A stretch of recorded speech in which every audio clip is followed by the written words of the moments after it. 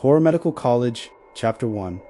First day at medical college, Jessica Chun stared at the admission letter in her hands. Lost in thought, she didn't understand why her parents insisted she follow the same path as them. They knew she didn't like hospitals, didn't like that kind of environment, yet they still forced her to attend medical school. Their behavior was unbearable to her, but ultimately she was an obedient child. She couldn't disobey her parents. The only consolation was that her best friend, Elena Lynn, would be attending college with her. No one in Elena's family was a doctor, but Elena loved anatomy. Every time Jessica heard her say that, she felt inexplicably excited when the blade cut through skin. Jessica would think Elena had something wrong with her head and not just a little wrong. Suddenly, a ringtone pulled Jessica back to reality. She put down the admission letter and picked up her phone from the desk, watching the name flashing on the screen. This girl must be very excited. Elena Jessica. Jessica quickly pulled the phone away from her ear. This girl, her voice was really loud. The admission letter did? Do you receive it? You must have received it. With grades that good, I received mine. So you definitely got yours too, right? Yes, I received it. Great. We can study together again. Great. She didn't think so at all. At least this wasn't what she wanted. In her heart, although being a doctor was a very sacred profession, at the same time, doctors were people whose hands were stained with blood. Even though it was to save lives, she still couldn't accept it. Whenever she thought of blood, she seemed to smell that nauseating bloody scent. Elena, who hadn't heard a response for a while, seemed to realize something. Jessica, I know you don't like hospitals and don't like the medical profession, but since you've already chosen this path, you should see it through. At least I'll be there with you. We'll work hard together and stay together forever. Okay? Okay? Jessica would never know that this simple one-word answer would plunge her into the abyss of terror. Willowbrook Medical College was a private institution. Although private, it was the best medical college in H City. However, the geographical location of this university was puzzling. On the north side of H City stood a mountain of modest height, and this famous medical college was built at the foot of that mountain, with the mountain at its back. One could imagine how remote this location was. Jessica Chun and Elena Lynn were admitted to this university. Jessica was a girl who didn't like to talk much. People who knew her called her the Ice Queen.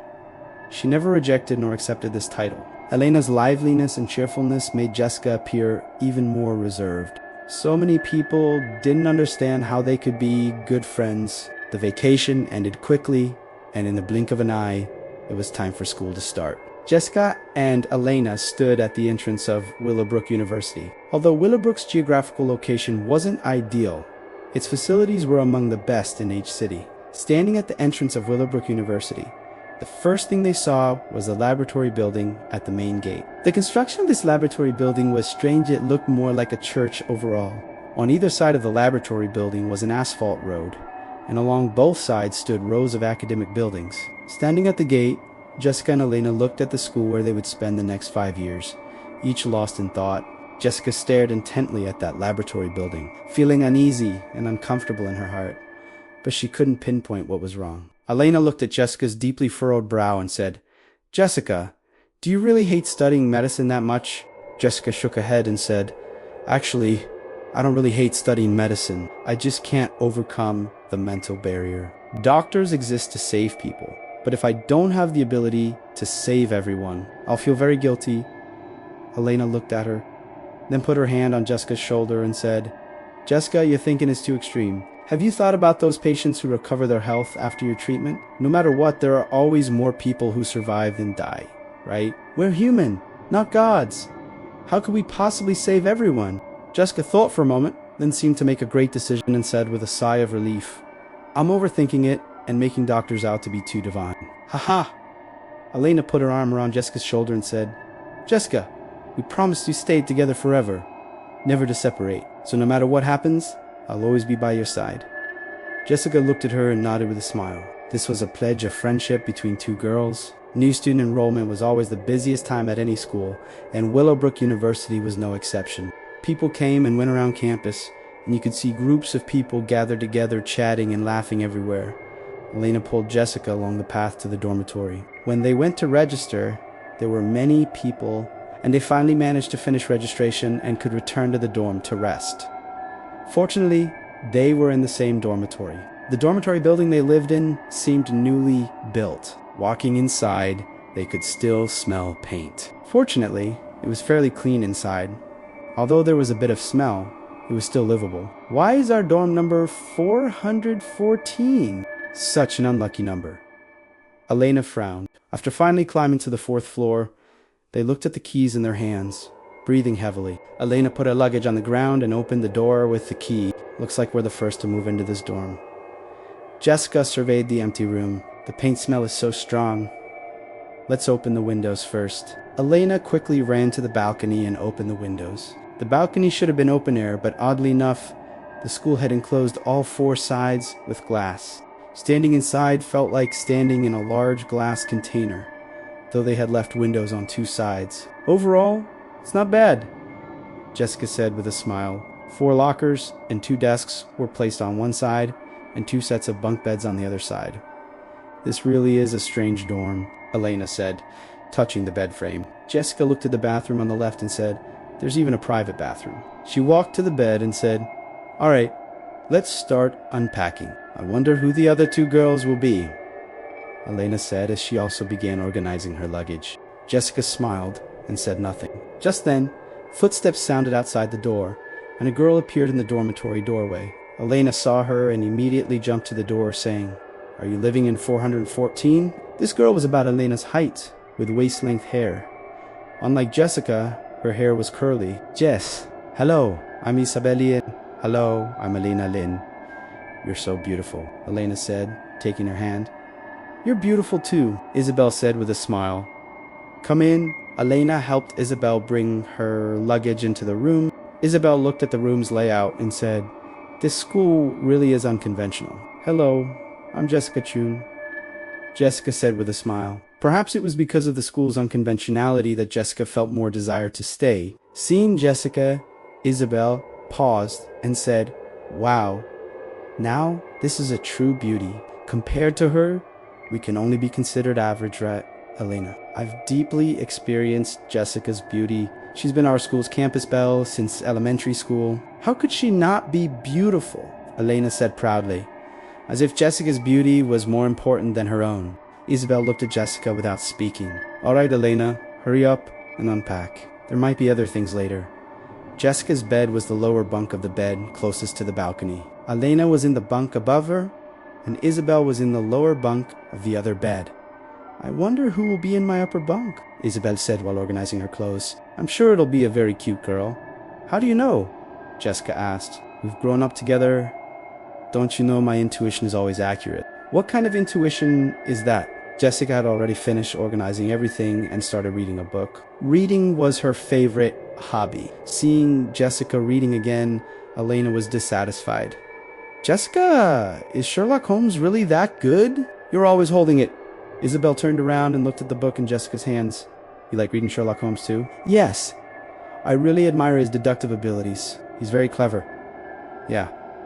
I really like him too. Just from a few clues, he can deduce the basic profile of the culprit, even know what they look like, Isabel said with a smile. Actually, that moment, another girl appeared at the door. Excuse me, is this Dorm 414? Yes. Finally here. I'm exhausted. Why did you come so late? Elena asked, leaning over the edge of her bed. The newly arrived girl didn't answer immediately. Instead, she put her luggage on her bed, then sat down on Isabel's bed. Hello, everyone. I'm Sophie Duigneau. Sophie sat on the bed, breathing heavily. She seemed truly exhausted. Elena climbed down from her bed and sat next to Jessica, putting her arm around her shoulder. I'm Elena Lin, and this is Jessica Chun. Hello, I'm Isabelle Jessica Chun. Elena Lin. Isabelle Lee, I'm very happy to be roommates with y'all, Sophie said with a smile. All right, hurry up and unpack. We might have military training soon. Jessica smiled and put away her book. Now, wasn't a good time for reading? It seemed Sophie had some news to share. Although Jessica wasn't interested in gossip, Elena definitely wouldn't let her have peace and quiet. You all seem so calm, Sophie said while organizing her things. Places like medical colleges are where ghosts are most common. I just don't understand why my parents insisted I study medicine. Don't tell me your parents forced you to come to... Are you the same? Elena shook her head, then pointed at Jessica. Yeah, at first I couldn't accept it, but now that I'm here. I might as well make the best of it. Sophie just said medical colleges have the most ghosts. Do you believe ghosts exist in this world? Isabel suddenly shifted the topic to the most sensitive subject. Everyone knows that places like medical colleges with morgues are easiest to associate with ghosts and things that human science still couldn't explain. So at medical colleges, students avoid mentioning the word ghost. And at Willowbrook University, almost all students go to the morgue in large groups together. Better to believe they exist than believe they don't. Isabel, do you believe in them? Elena seemed to have her interest piqued, too. Some people believe in ghosts and spirits, others don't. There's always been a rumor at medical colleges that the morgue is a passage to the underworld, so very few people are willing to go there. Whether ghosts truly exist in this world, no one knows. Willowbrook University's morgue was at the very back of the campus, and to get there, you could only go through the woods. You probably won't believe what I'm about to say. Even now, I can't believe it was real, Isabel said, looking down. What do you mean? Did you see a ghost? Elena stood up and walked over to sit next to Isabel. What does a ghost look like? Tell us quickly. It's better not to mention ghosts. They say it's very ... effective. Sophie scanned every corner of the dorm room. I don't believe in them. So just tell it as a story. Elena still wouldn't let go of the chance to hear a story. Jessica seemed interested too. People often say places heavy with yin energy have the most ghosts, and the morgue is a passage to the underworld, so naturally many ghost stories circulate in medical colleges. People are contradictory beings, clearly afraid of ghosts, yet still love hearing ghost stories. Although Jessica didn't believe in them, ghosts were formless, after all, so saying she wasn't afraid would be a lie. But since there was nothing else to do at the moment, she might as well listen to it as a story. Actually, I did see something, but I didn't see it very clearly at the time. It happened after the college entrance exam. Some classmates and I went out to celebrate finishing the exam, and it happened on our way home. I don't know why, but the sky was particularly dark that day. We could barely see anything.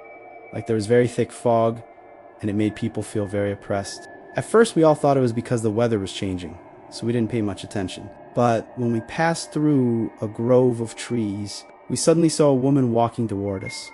Isabel's whole body was trembling, as if she had returned to that night, her face full of terror. No, rather than walking, it was more like ... floating, she suddenly said, gripping her hands tightly. Floating, Elena said in surprise. What happened next? Jessica asked. Later, we all thought we were seeing things. When we looked more carefully, the woman had disappeared. Then you must have been seeing things. There couldn't be a ghost. I was just talking, Sophie said with a laugh, though the smile was clearly forced. I thought we were seeing things too, and we even joked about how no woman would be wandering alone on such a dark day. We must have been seeing things. But one of our classmates said, if we were seeing things, wouldn't it be strange for several people to all see things at the same time? Isabel seemed to want to laugh, then continued, we saw her a second time, and what was even more bizarre was that she was standing in a tree, watching us. That's not right. Her story seems contradictory. Didn't you say at the beginning that the fog was very thick and you couldn't see anything clearly? How could you see a woman walking toward you? And the second time, how could you see her standing in a tree watching you? Jessica asked. She never believed in ghosts and spirits, and she believed even more that people were more frightening than ghosts. At first I found it strange too, and she was wearing a red dress, red as blood. The reason I say she was watching us is because when I saw her the second time, I felt my whole body freeze, like I had been frozen solid. That cold feeling seemed to come from the bottom of my heart, Isabel said, trembling, looking at Jessica with terror.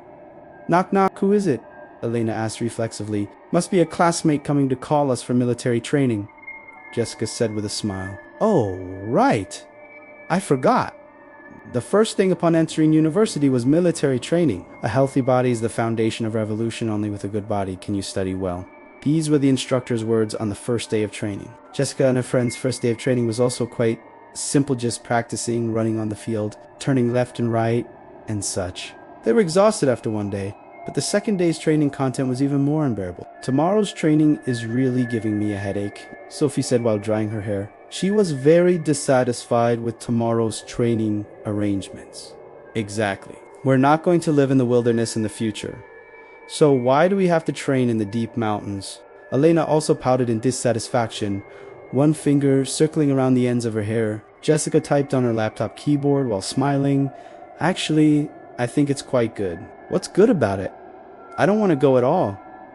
I'm so afraid of snakes. Those soft-bodied animals are so uncomfortable to look at.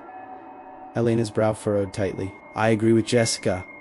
The next day, at 5 in the morning, the first batch of freshmen going for military training gathered at the school gate. They wore the uniforms issued by the school and stood in neat lines waiting for the vehicles to arrive. Everyone's expressions varied, some expectant, some afraid, some excited, some dissatisfied, and some expressionless. Jessica's group of 4 stood at the very back.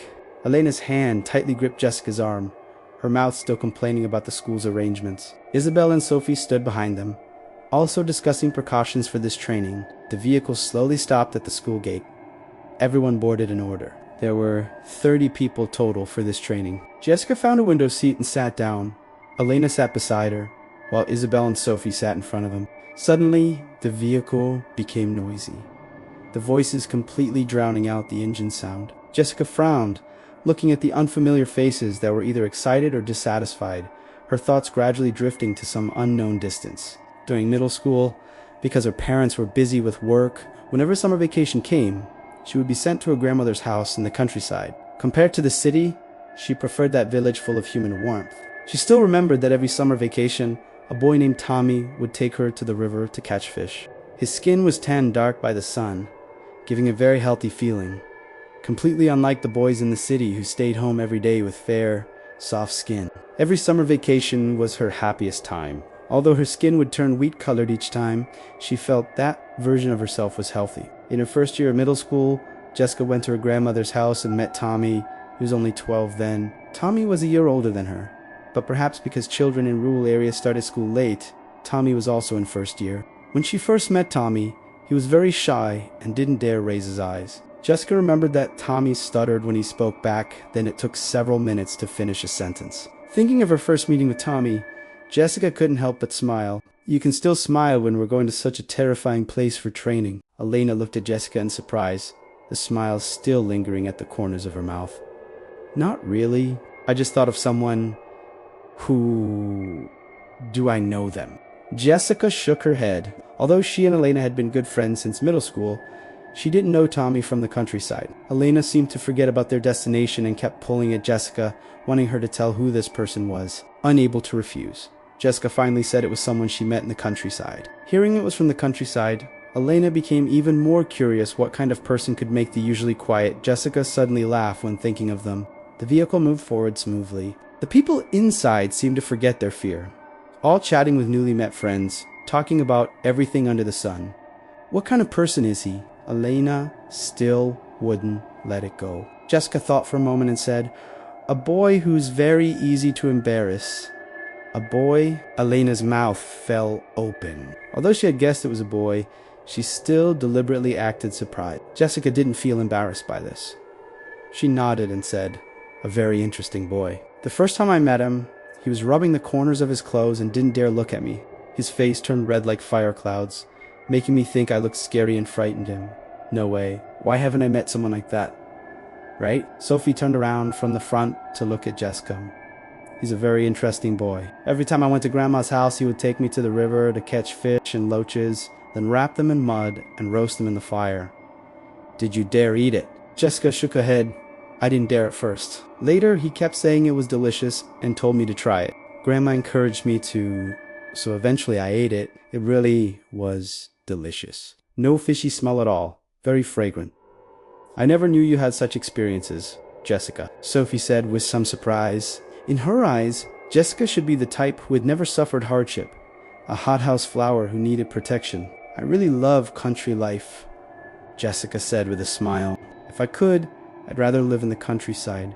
So many people are desperate to squeeze into the city, and you actually like such a poor place as the countryside," Isabel said somewhat resentfully. "Poor?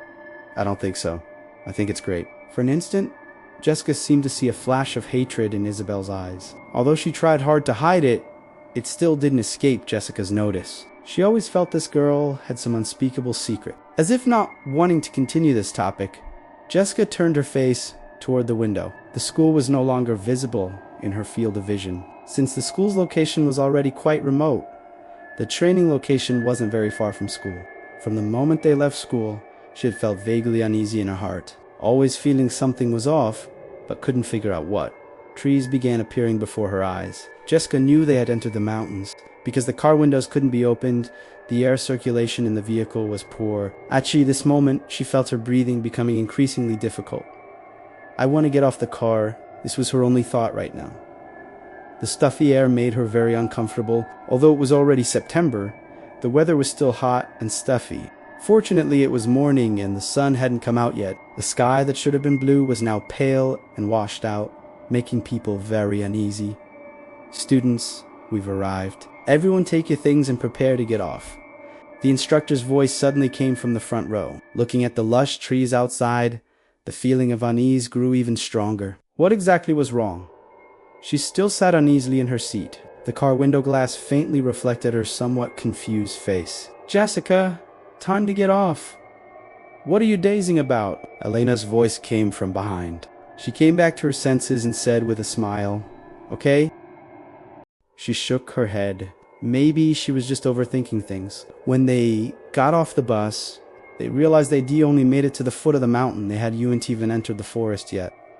The trees at the base were already creepy enough. She couldn't imagine what it would be like further up. Why is this place so terrifying? I should have called in sick, Elena said, hunching her shoulders nervously. Jessica patted her shoulder reassuringly. Too late now. We're already here. At least the air's pretty fresh, Sophie said, closing her eyes and taking a deep breath. Jessica turned to look at Isabel, who just stood there quietly, staring up at the mountain peak. Lost in thought. All right, I'm going to assign everyone to their groups now. Then we'll take a short break before starting today's training exercise. Think we'll be grouped together, Elena whispered. Ever since arriving here, she seemed unusually timid. What's with you today? You're acting so scared. How are you going to be a forensic pathologist like this? Jessica's words clearly hit a nerve. Elena stamped her foot. I am not. I'm just not used to this place yet. Her voice lacked conviction. Okay, everyone, quiet down, the instructor suddenly announced. Today's training's a bit unusual, so you need to be mentally prepared. Follow instructions carefully and do not wander off. Next came the group assignments. Each group had 10 people, making 3 groups total. Jessica, Elena, Sophie, Isabel, Ethan Shu, Zoe Zhu, Marcus Zhong, Raymond Su, Lily Su, and Aaron Zhong formed one group. Once everyone found their teammates, they prepared to head into the mountains. But as they got ready to enter, they noticed the coaches and teachers were setting up tents in a cleared area. Coach, aren't you coming with us? A student called out loudly. Everyone turned to stare at the coaches and teachers with confused expressions. We're not leading the groups. We'll wait here for you to return. Remember, there's only one path out of the mountain, so you must be back before dark. The actual training exercise wasn't that complicated. The school had hidden 3 flags somewhere in the mountains beforehand. The students just had to find them and bring them back to complete the mission. It sounded simple enough, but searching such a vast mountain for such small flags seemed like an impossible task. What kind of assignment is this? How are we supposed to find tiny flags in such a huge mountain? The school's seriously twisted, Sophie complained. The school gave us maps, though. They're doing this to train us. You know? A male voice suddenly chimed in. The rest of the group turned to look at him. He smiled. Hi, everyone. I'm Ethan Saku. How about we all introduce ourselves? That way we can look out for each other better. Everyone agreed this made sense and started sharing their names. By the time all the introductions were finished, they'd already left the main road and started climbing the mountain. Ethan was incredibly handsome. His skin was fair but radiated health. His deep-set eyes sparkled with light, and his long lashes would make any girl jealous. With his high-nosed bridge and thin lips, his was the kind of face you could never forget once you'd seen it. Perhaps because of Ethan's striking looks, everyone naturally deferred to his suggestions. Jessica looked at the dense canopy blocking out the sky, and that uneasy feeling crept over her again. She scanned their surroundings. The other 2 groups had already disappeared from view. She was surprised at how quickly they'd lost sight of everyone else. With so many trees around, everything seemed dimly lit. The group carefully stepped over fallen leaves, moving forward cautiously. Ethan held the map the entire time, leading the way. The red marking on the map indicated where they needed to find their flag. It looked pretty far from their current position. "Ethan, can I look at the map?" a girl suddenly asked. Jessica glanced at her. That must be Lily Sue. Each group had 5 boys and 5 girls. She knew the other 4 girls, so this had to be Lily. Lily looked like the delicate, tight, pale face with shallow dimples. While not exactly beautiful, her smile had a quality that made you want to protect her. "Sure." Ethan handed her the map, though his eyes kept drifting toward Jessica. Jessica woke behind Lily. After glancing at the map, Lily started walking forward. Elena caught up from behind. "Don't you think Ethan's super hot?" "Yeah, he's good looking." "Why?" Jessica answered distractedly, her eyes constantly searching their... "So do you like him?" Hearing this, Jessica sighed and pulled her gaze back. "Come on, our mission right now is to find the flag, okay?" "Stop being so boy crazy," Elena stuck out her tongue. Okay, I get it." "Ah!" A sudden scream pierced the quiet air. "What happened?"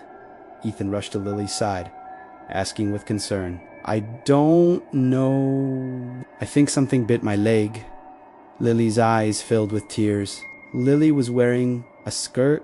Ethan carefully crouched down to examine her leg. "Oh, it's nothing. Looks like you just got scratched by a branch." "It's just a scratch from a branch. Was that dramatic reaction really necessary?" Elena couldn't stand fragile girls like this. She rolled her eyes at Lily, snorted, and kept walking. "But it's scary in a place like this, isn't it?" Lily continued in her delicate voice, completely missing the sarcasm in Elena's tone. "Ugh, gross," Sophie muttered, equally fed up. Lily glared at her and slowly leaned her body against Ethan, giving him a triumphant look. Ethan gently steadied her upright. "Let's keep moving. Otherwise it'll get dark and we won't make it back."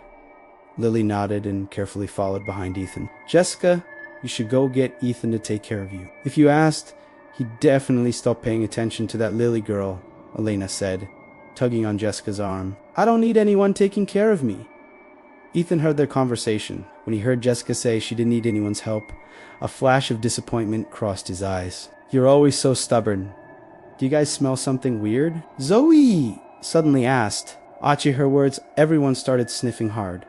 But they all shook their heads. Nobody else smelled anything. "Smells like something burning," Jessica said. "The smell's coming from over there," Ethan added. "Let's go check it out," said Isabel, who'd been silent until now. She smelled it too and started walking toward the source. Jessica looked at the direction she was heading with concern. "But that seems to be taking us off course." "It's fine, let's think of it as an adventure," Ethan said, looking at Jessica intently. Everyone agreed, so Jessica couldn't really object. She had no choice but to follow the group. The fallen leaves underfoot grew thicker. The rotting leaves, combined with that unidentifiable smell in the air, made everything feel acrid. The further they walked, the stronger the smell became. Finally, they saw a firelight ahead.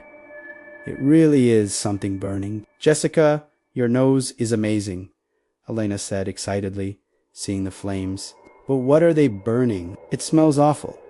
The group chatted as they walked forward. Ahead, a woman knelt by a fire pile, slowly throwing something into the flames. They could faintly hear her sobbing. "I think she's crying," Sophie whispered in Elena's ear. Hearing footsteps, the woman looked up. Seeing them, her face showed a terrified expression. Her voice trembled. "Who are you? Why have you come here?" Lily immediately hid behind Ethan.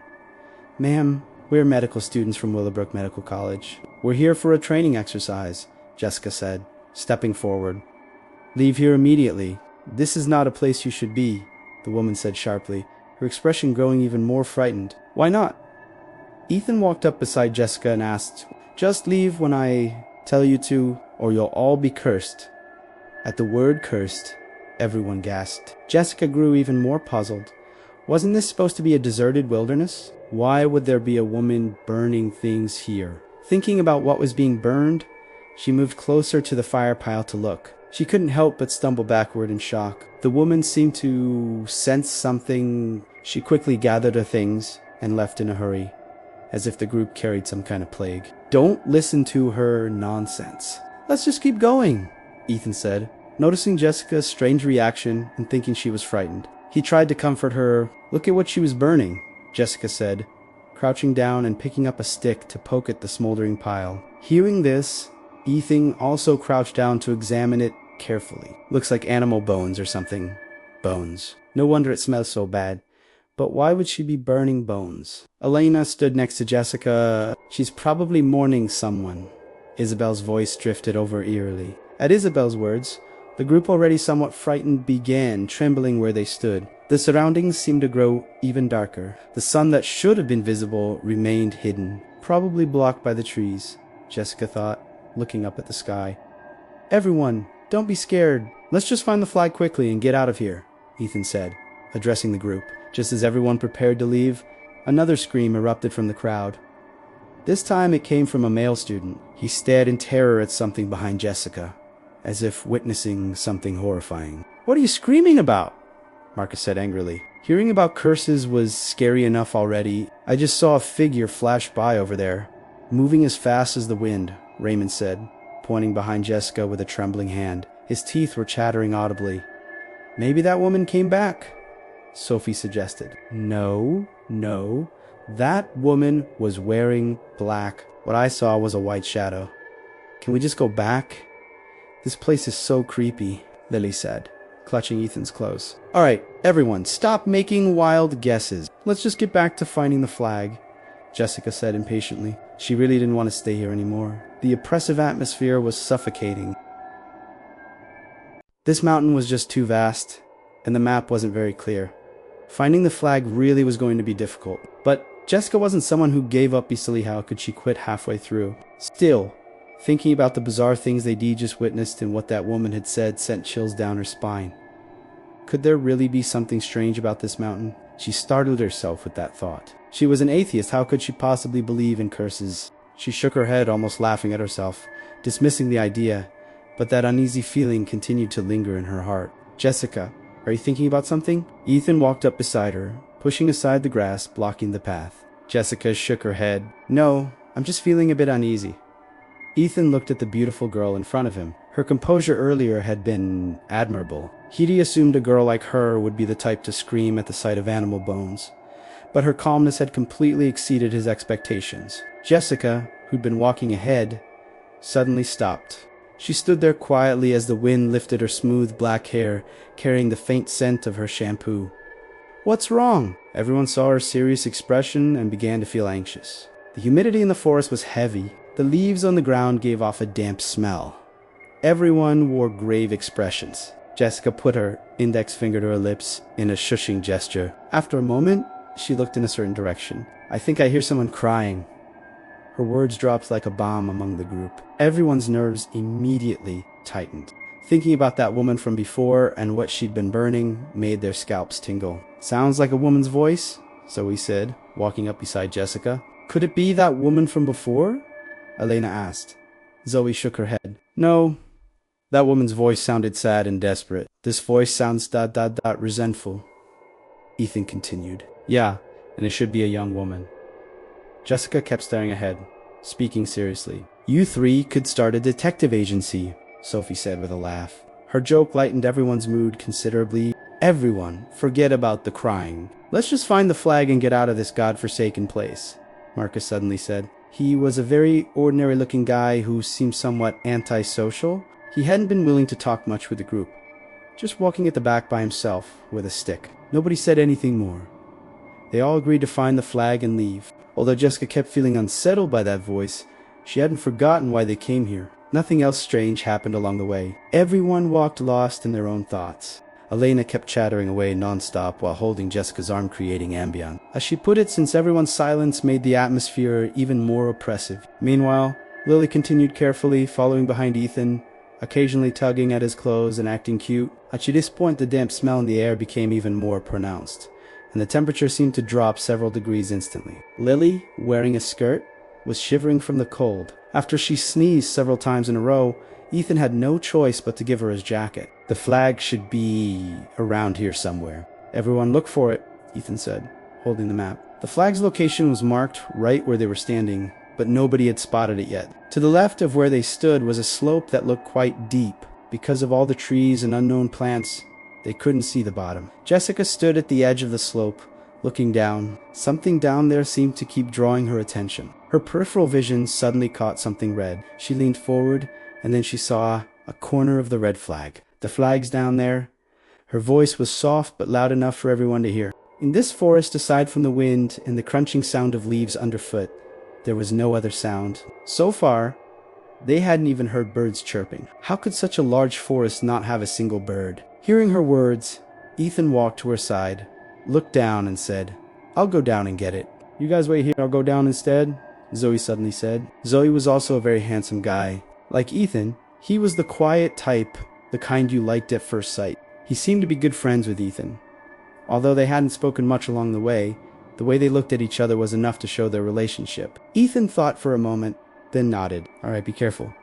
Since the flag was stuck halfway down the slope, someone had to go down to get it. The coach had mentioned they might need rope, so each group had brought some. They tied the rope around Zoe's waist, and several boys held onto it to prevent him from accidentally falling. "I really do unget why the school would put the flag in such a dangerous place," Sophie said disapprovingly, her eyes full of concern as she watched Zoe. "Being a doctor isn't just one person's job, it requires everyone working together. So the school's probably doing this to test our teamwork." Jessica remembered something her mom once said. Nobody spoke after that, nervously watching Zoe's figure descend further and further until they could only see the top of his black hair. Everyone held their breath and waited anxiously until Zoe's voice came from below saying, "I got it, pull me up," and everyone finally exhaled. But when Zoe was pulled back up, their hearts tightened once again, because his face was deathly pale. "What did you see?" "Bones. Lots of them." His simple answer suggested he hadn't recovered from the fear yet. Hearing his words, everyone gasped, grateful they weren't the ones who went down. Sure enough, this place really wasn't simple. "Damn it, since we already got the flag, let's get down the mountain fast," Marcus said irritably. He seemed to have serious issues with his training. Exercise's brow had been furrowed the entire way. "We'll follow the same path back." After learning there were bones at the bottom of the slope, nobody wanted to stand near the edge anymore. Everyone kept their distance. Jessica deliberately hung back. She had questions for Marcus. This guy seemed to know something about this mountain. She couldn't explain why she felt compelled to investigate this place. By all logic, this was somewhere she'd never been before. She shouldn't feel such a strong pull. Yet she kept feeling some mysterious force attracting her, and this mountain seemed to have some connection to her. When everyone else had gotten some distance ahead, Jessica asked, "Marcus, you seem to know something about this place." Hearing her words, Marcus seemed momentarily dazed. He looked at Jessica's beautiful face, then lowered his head. "How is that possible? This is my first time here." "You're lying," she said sharply. "Ever since we entered this mountain, you've been full of fear. You hide it well, but your eyes can't fool me." Marcus looked at her again. Her long lashes were like a veil, her eyes like a pool of clear water, rather than water. They were like shining black holes that drew him into endless depths. In an instant, it was as if she'd absorbed his soul. He turned his head away in panic, refusing to look at her. "So, what if I do? I have the right to remain silent." His words felt like a nail driven into her heart. He was right, she had no authority to demand that others tell her anything. Had she been watching too much Sherlock Holmes? Was that why she was being so sensitive? "Sorry, I'm just too on edge." Hearing her apology, Marcus felt he'd been too blunt. His face reddened. "It's fine. Let's just catch up with the others." With that, he strode forward. The sky grew darker and darker. Everyone was exhausted from walking, but they still hadn't found the path down the mountain. They seemed to be lost. "What kind of guide are you? Didn't you say we'd take the same path back? Where's the path?" Raymond was getting more and more agitated. That white shadow he'd glimpsed earlier kept replaying in his mind, and now his legs were trembling with fear. "I think we've been going in circles," Jessica said, pointing at a tree. "An hour ago, I put a stone under this tree. Look, there it is." She pointed to a stone beneath a tree. The stone was unusual, perfectly round, without any edges. "Are you sure you're not mistaken?" Sophie asked, holding her arm. "We really have been going in circles, but I've been following the map," Ethan said. "Perhaps we've encountered a ghost wall." Isabel, who'd been silent, finally spoke. A ghost wall. The term struck like a hammer blow to everyone's heart.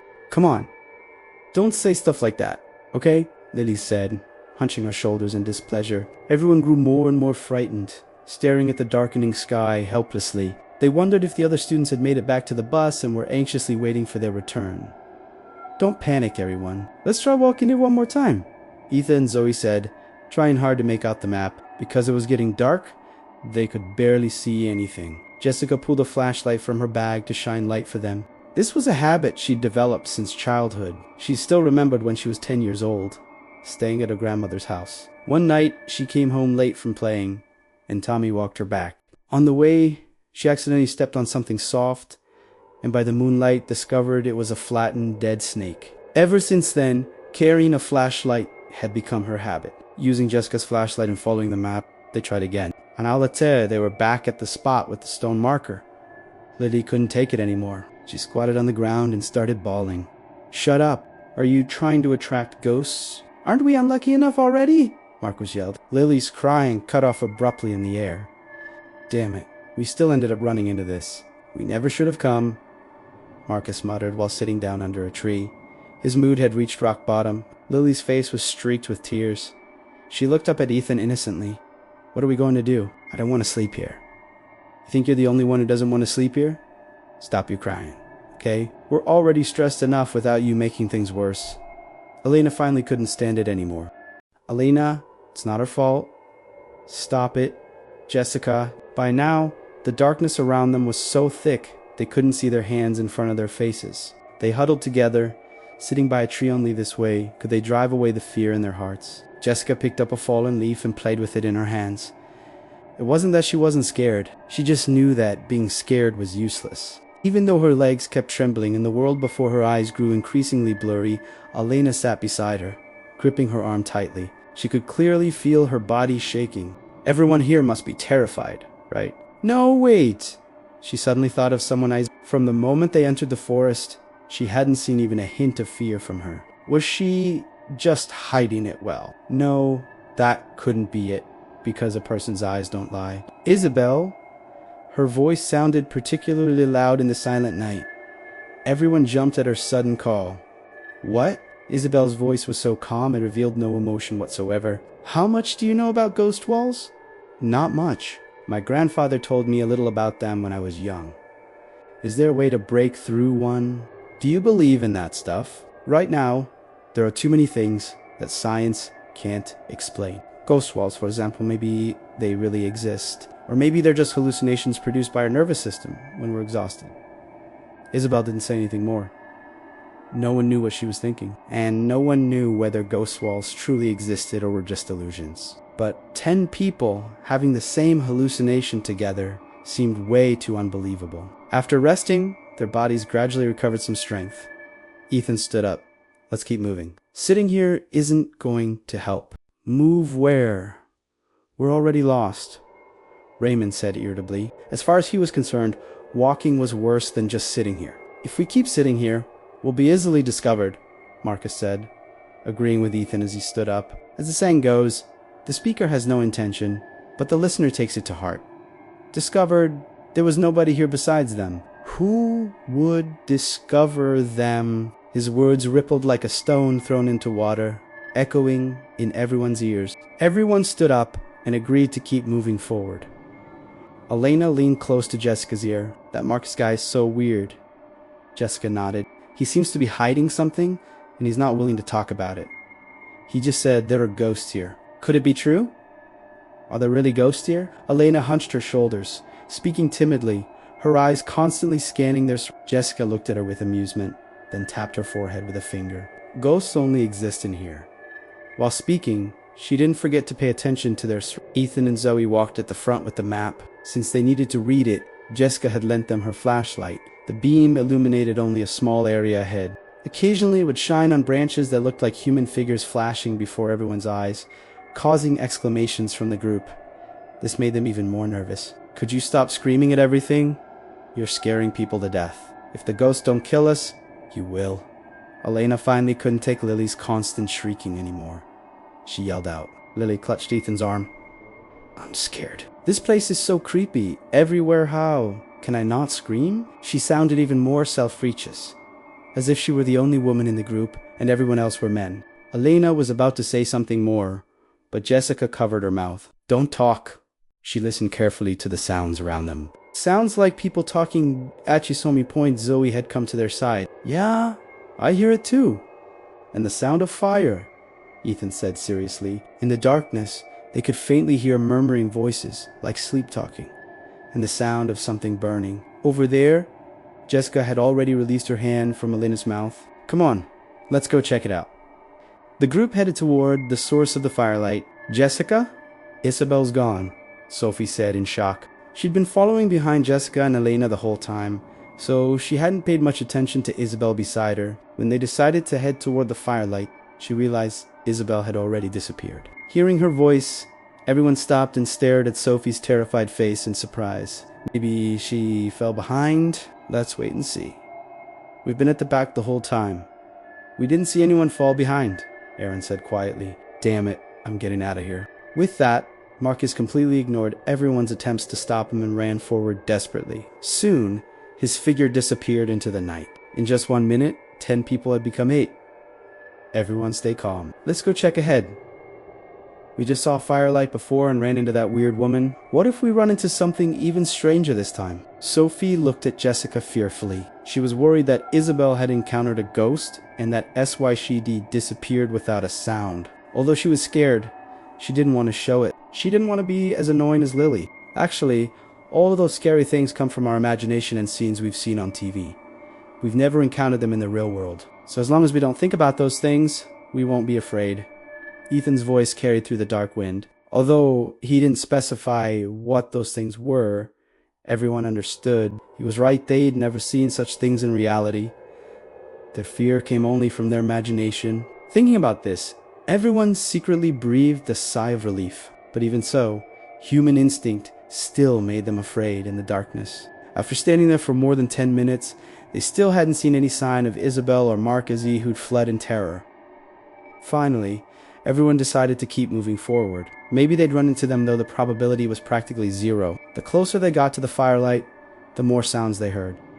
There seemed to be many people there. As they gradually approached, they discovered that ahead was a basin, and the faint firelight was coming from there. Looks like a village. How can people still be living here? They seem to be performing some kind of ritual. No way. They couldn't be some unliberated tribe doing human sacrifices, could they? Probably not. Jessica shook her head. They hadn't seen any altar or anyone tied up. Look over there. Sophie pointed at a large stone that a crowd of people were surrounding. Although the distance was quite far, the torches in those people's hands practically lit up the sky. It's Marcus, Ethan said quietly. Everyone gasped. Marcus had run off on his own, yet he'd been captured by these strange people. What would they do to him? Everyone's minds raced with various speculations. Jessica carefully moved forward. Let's go down and see. Marcus was now tied up and lying on that large stone, his desperate eyes staring at the sky. Perhaps he was regretting his rash decision to leave the group. The torches crackled, forming a stark contrast with the cold crescent moon and dim stars in the sky. Maybe because autumn was approaching, they couldn't help but shiver, unconsciously rubbing their arms. If they'd known what scene they were about to witness, they might not have chosen to descend into that basin. When they saw an old man approach Marcus with a knife, everyone held their breath nervously, each person wondering what would happen next. The old man gripped the knife handle with both hands. The blade gleamed coldly in the moonlight. A blood-curdling scream tore through the sky, ringing in everyone's ears. The girls covered their mouths and eyes in horror. They knew Marcus was dead, killed by those strange people. Jessica's eyes widened as she watched the brutal scene. The old man, his hands covered in blood, held up a warm, beating heart. Blood droplets slid one by one through his fingers. Tears streamed down her face. Finally, unable to bear the churning in her stomach, she covered her chest and started vomiting. Jessica's eyes snapped open. What met her gaze wasn't firelight filling the sky or Marcus's bloody heart. Though the surroundings were still somewhat dim, she looked up at the sky that had already turned pale. They'd been so exhausted last night that they'd fallen asleep while resting under that big tree. She felt a lingering fear when had she become capable of falling asleep in a place like this. She wiped the fine beads of sweat from her forehead. Thankfully, everything last night had been a dream, but that dream had seemed so real. Thinking about everything in the dream, she turned her head to look for Marcus. When she saw him sleeping against another tree, she finally relaxed. Though judging by his furrowed brow, he must be dreaming too. She didn't know if it was a good dream or a nightmare. Hopefully, a good dream. She looked around and saw that everyone was still there, none missing, all sleeping. Her anxious heart finally settled. She stood up and observed last night, they'd kept going in circles around this spot, then got tired and rested here, and ended up falling asleep. Thank goodness nothing had happened, or she'd never forgive herself for being so careless. Ethan's brow was deeply furrowed, his face full of terror, his eyeballs moving lightly under his eyelids. Then he opened his eyes. Jessica crouched down and asked, with a smile, "You're awake." "Were you dreaming?" Ethan rubbed his still foggy head and smiled sheepishly. "Yeah, I haven't had such a terrifying dream in ages." "Where's Marcus?" Jessica froze. Why was he looking for Marcus as soon as he woke up? Had he also had a dream involving Marcus? A string of questions arose in her mind. Seeing that Marcus was still sleeping soundly, and that Isabel was there too, he breathed a sigh of relief. Even though he knew it was a dream that, realistic, could still be frightening. "Did you have a dream about Marcus?" Jessica voiced her suspicion. Ethan paused, then slowly nodded. He then told Jessica his entire dream. After listening, Jessica broke out in a cold sweat. They'd had the same dream. "I had the same dream as you." Though shocked to hear someone had the same dream, she still stated it calmly. "How is that possible?" Jessica shook her head. "This forest gives me an indescribable feeling. It's strange I keep having this inexplicable sense of dread. Logically, I shouldn't have been able to fall asleep under these circumstances, but I did, and I had such a bizarre dream." Ethan looked at her beautiful face. "We've been wandering around here all day.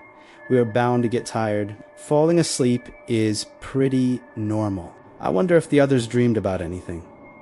Jessica leaned against the tree, speaking somewhat weird. The tension and terror from the dream still lingered in her heart. "We shouldn't mention this dream to anyone else. After all, it involves his life." That's what I was thinking too, by the time everyone woke up. The day was no longer so dark, and the temperature around them seemed to have risen somewhat. After resting, everyone seemed even more listless. Each person silently packed their things, lost in thought. Even Lily, who'd been constantly terrified, followed beside Ethan with a furrowed brow, no longer clinging to him like before. Perhaps because it was daylight, they quickly found their way back. Everyone was very quiet along the way, just keeping their heads down and following Ethan and Zoe. When they reached the foot of the mountain, they ran into the instructors and teachers who'd come looking for them. Though they resented the teachers for not searching for them last night and only coming now, they just cursed silently in their hearts before following everyone back to school. Because of what happened to them, the school had to abandon the idea of training in the mountains. It had been somewhat unreasonable to begin with, and many students had refused to participate. After this incident, even fewer people wanted to go. In the blink of an eye, it was November. The trees on campus began shedding their leaves. The fallen leaves piled higher and higher on the ground. No matter how much the groundskeepers cleaned, they couldn't keep up. Jessica walked toward the classroom carrying her pathology textbook. The early autumn morning air held a thin layer of mist. That lazy Elena had asked Jessica to save her a seat so she could sleep a few more minutes. This kind of thing happened frequently after coming to medical college. Each time, Jessica would shake her head with a wry smile, but still save a seat. Jessica just wanted to study hard and become a doctor as accomplished as her parents. She didn't want to be like Elena, always rushing into the classroom in a panic with breakfast and textbooks while everyone stared. Since military training, she, Ethan, and Zoe had become friends. "Hey, morning." "Morning." Jessica smiled and greeted them. Ethan and Zoe were childhood friends who'd grown up together, just like Jessica and Elena. "Elena's sleeping in again, huh?" Zoe asked with a laugh. She'd originally thought Zoe was like Ethan, the cool, aloof type of guy, but after getting to know him better, she discovered he was actually quite lively, loved to laugh, and gave off a very sunny vibe. Naturally, the two of them became the Prince Charmings in the hearts of the school's female students. But they weren't middle schoolers anymore, no. One was going to scream with hard eyes just from seeing handsome guys. Yeah, that's right. They flanked Jessica on both sides, which made her feel somewhat uncomfortable. But she didn't feel right saying anything, so she just kept her head down and walked. Zoe, on her left, clasped his hands behind his head and whistled as he walked. A sweet voice called from behind.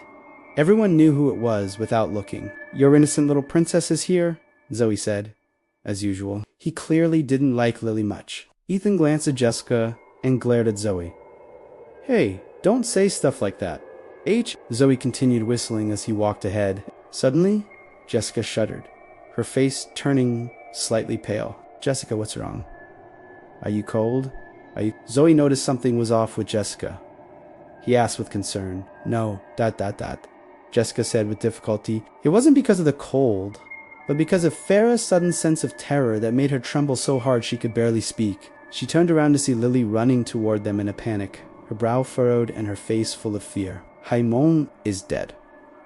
After hearing Lily's words, Jessica nearly fainted. How did he die? I don't know. It should be suicide. He died horribly. His hands were tightly gripping his own neck. Even after he died, it was hard to pull his hands down. Where is he now? The old laboratory building. The old laboratory building. How could it be there? Hadn't that place been sealed off for a long time? Ever since coming to medical college, she kept hearing rumors about the old laboratory building all paranormal incidents. Of course, Jessica didn't believe in ghosts or souls or anything like that, so she'd always just treated them as stories. The old laboratory building was on the other side of campus. Now they used the newly constructed teaching building, laboratory building, and dormitories, basically a second campus area. The old laboratory building was in the first campus area. To get there, you had to pass through an iron gate. The old lab was now used by graduate students and some teachers, but freshmen weren't allowed to enter. She didn't know why Raymond would have gone there, much less how he died there. As they got closer to the laboratory building, Jessica suddenly felt an intense sense of dread, even stronger than during the mountain training. Darkness filled her vision, and a suffocating feeling instantly pressed down from above. Jessica, what's wrong? Ethan asked worriedly. Slowly her vision returned, though that intense feeling of dread remained. Her Fasipali, she shook her head. Don't push yourself if you're not feeling well. Ethan sounded somewhat angry. He didn't like seeing her act so strong, as if she wasn't afraid of anything. He'd much rather she hide in his arms. Frightened. I'm really fine. She pushed away his arm and walked straight toward the laboratory building. Lily, who'd witnessed this entire scene, had a flash of malice in her eyes. She hated this woman in front of her. Ethan watched Jessica's retreating figure, looking somewhat dejected. Even though he knew this wasn't the time for romance, he still couldn't resist her allure. Just one faint smile from her was enough to make him happy for days. Hey, she already left? What are you standing there for? Zoe's voice suddenly rang in his ear. He glared at him irritably and lifted his foot to walk into the laboratory building. Zoe shook his head and sighed behind him. The laboratory building was unusually dark inside. Only the open doorway let in some light, but it barely illuminated the area right by the door. The stairs were wooden. Though not severely rotted, they still creaked when stepped on. The four of them walked carefully up the stairs. Why is it so quiet here? Someone died, didn't the police come? Ethan asked Lily with a furrowed brow. I was the first to discover it. After seeing it, I didn't know what to do. I didn't dare call the police, so I could only think to tell you. Lily deliberately acted pitiful. Ethan's not a cop, what good does telling him do? Besides, if it's real, we should tell the school first, right? Zoe really disliked Lily, he said impatiently. I was very scared at the time, so you can't blame her. Girls naturally get scared by these things, Jessica said, afraid Zoe would say something hurtful. Which floor is his body on? Perhaps because Jessica spoke up for her. Lily answered obediently, 3rd floor. Led by Lily, they came to a room on the 3rd floor. The space inside wasn't very large. After all the experimental equipment was placed, there was almost no extra room. But they didn't see Raymond's body that Lily had mentioned. How is this possible? I clearly saw him lying here with both hands, strangling his own neck. How can there be nothing? Lily stared at the empty floor in shock. There wasn't even a trace that a body had once lain. There's just a thin layer of dust. Are you messing with us? Zoe said somewhat angrily. This morning's class was his favorite, and this woman had made him miss it. How could he not be angry? No, she's not lying to us. There really is something wrong here. Ethan pointed to a spot where there was a faint footprint hard to notice, unless you looked carefully. There's a blood stain here, still not dry, Jessica said, extending her pale finger to lightly touch it. Her fingertip immediately showed a bright red. She brought it to her nose and sniffed. It's not blood, it's ketchup. She found it somewhat amusing. She was being paranoid. The sense of dread in her heart had disappeared at some point. But in this laboratory building, she still felt uneasy, wanting to escape. Yet she also felt something was drawing her here in some inexplicable way. Let's go. The air here is making me uncomfortable. The oppressive feeling in the air was becoming increasingly unbearable. Seeing her pale face, Ethan said, "If you're not feeling well, go to the infirmary." "Stop being so stubborn." "I'm not being stubborn. The air here is stuffy. I can't breathe." "All right then, let's leave." Just as they were about to go down the stairs, the sound of light footsteps came from the end of the hallway, clearly walking toward them. Lily shrank back beside Ethan in fright. In this dark laboratory building, those footsteps sounded exceptionally eerie. They stood frozen at the top of the stairs. No one dared turn around to see who or what those footsteps belonged to. Though Jessica didn't believe in ghosts, and Ethan and the others were beside her, she wasn't particularly brave. Yet at this moment, she had an overwhelming urge to turn around and look. Finally, she slowly turned her head. The footsteps stopped the instant she turned around. Then she saw a familiar figure. "Oh, it's you. You scared us." Zoe also saw the owner of the footsteps. "Yeah, I was doing an experiment in that lab. I suddenly heard people talking, so I thought I'd come out and see." The owner of the footsteps was none other than Isabel Lee, Jessica's roommate. Though they shared a room, Jessica always felt something was off about her. Though she couldn't pinpoint what. Isabel always kept to herself and rarely spoke, but whenever she did open her mouth, it was always about gods and ghosts and things like that. In the dorm, she constantly scared Elena and Sophie into screaming, which got them scolded by the dorm supervisor more than once. "Why aren't you doing experiments in our lab building? Why'd you come here?" Jessica asked with a smile. "Oh, I came to consult Professor Zhang about some things." "So, have you noticed anything unusual here? Like ketchup, for instance?" Jessica asked tentatively. If there really had been a body here, there was no way Isabel, who was doing experiments here, wouldn't know about it. "No ketchup. Though I did hear a scream just now, and then I saw someone run downstairs really fast. I'm guessing that person was our Miss Lily, right?" Isabel's smile carried obvious mockery. "I saw a dead body here, of course I'd be scared," Lily retorted defiantly. Isabel's expression changed slightly. Then she smiled and said, "How is that possible? I've been here the whole time." "I didn't see any dead body. Your eyes must have been playing tricks on you." Just as Lily was about to respond, Ethan pulled her back. "Oh, maybe she was seeing things. It's nothing. We'll be going now. You go back to your experiments." Throughout this entire exchange, Zoe hadn't said a word. Isabel gave him a strange feeling. He'd been watching her expression the whole time. Other than a slight change when she heard about the dead body, he couldn't detect any other emotion. Just as they turned to go downstairs, Isabel's voice came from behind them. "If you're so scared of dead bodies, how are you going to be a doctor? The morgue and medical school is full of corpses. What's the big deal about seeing a dead body? You made me accidentally cut my hand." Only then did Jessica notice the band-aid wrapped around Isabel's index finger. Lily was truly infuriated by her. She shot you back. "What's so special about cutting your finger? When you're a doctor holding a scalpel, cutting your hand is routine. What's the big deal? You? Dot?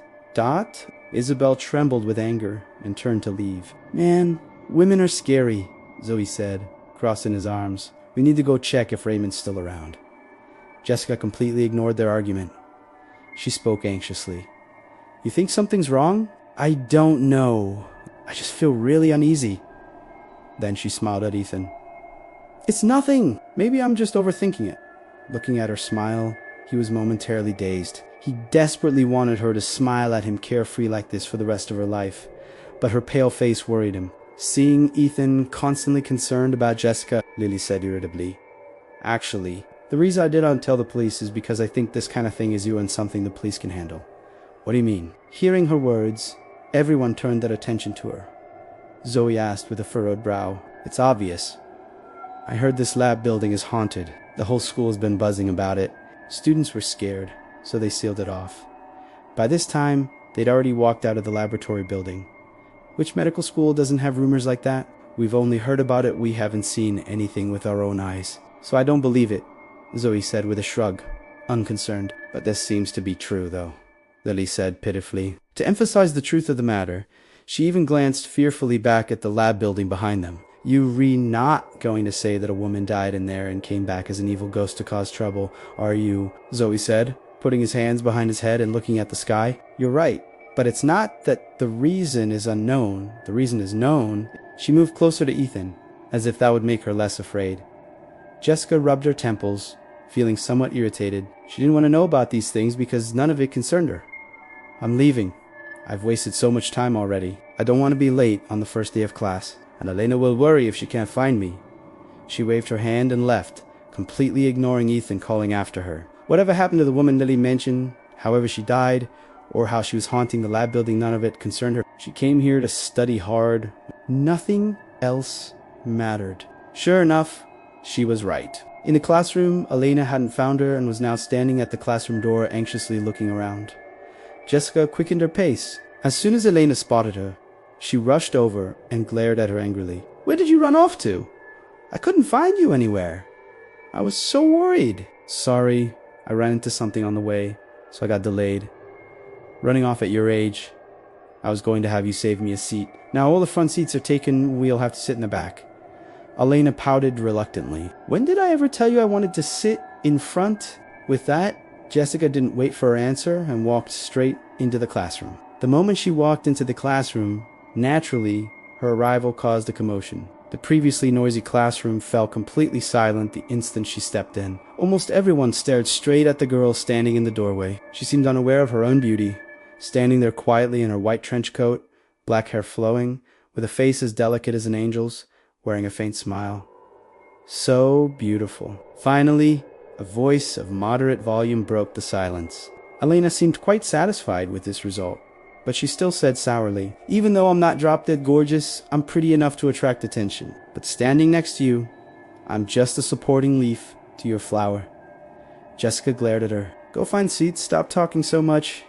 They found a spot in a corner and sat down. From here, they could see the front clearly, so they wouldn't miss anything. By the way, you mentioned you ran into something on the way. What was it? It was nothing, really. False alarm, she said lightly while flipping through her book. Elena shrugged. She knew when Jessica answered like that, it meant she didn't want to talk about it. Even if she kept asking, it would be useless. So she'll shut up and read her own book. Hey, did you guys hear the school apparently opened up room 414 in building for today? A student whispered. No way. How come we didn't hear about something that big? Another student replied. It's true. I heard 4 girls moved in. Wonder if anything will happen this year. Don't say stuff like that. Nothing's happened these past few years, so it should be fine now. The school's kept this thing under wraps. It won't be good if someone overhears hearing their conversation. Elena couldn't help but perk up her ears. She was very interested in this kind of strange gossip. When she heard them mention room 414, her ears perked up even more. Room 414 in building 4. Wasn't it their dorm room? Was there some news about it? She leaned forward and tapped the shoulder of the student in front. Excuse me, what happened in room 414 that you were talking about? The girl turned around, looked at Elena, then at Jessica sitting quietly beside her reading, and said softly, This is very confidential. If the school finds out we're discussing it, we'll definitely be severely punished. Aren't you first-year freshmen? Yes, we are. If the school doesn't want to spread around, how did you find out? The girl thought for a moment.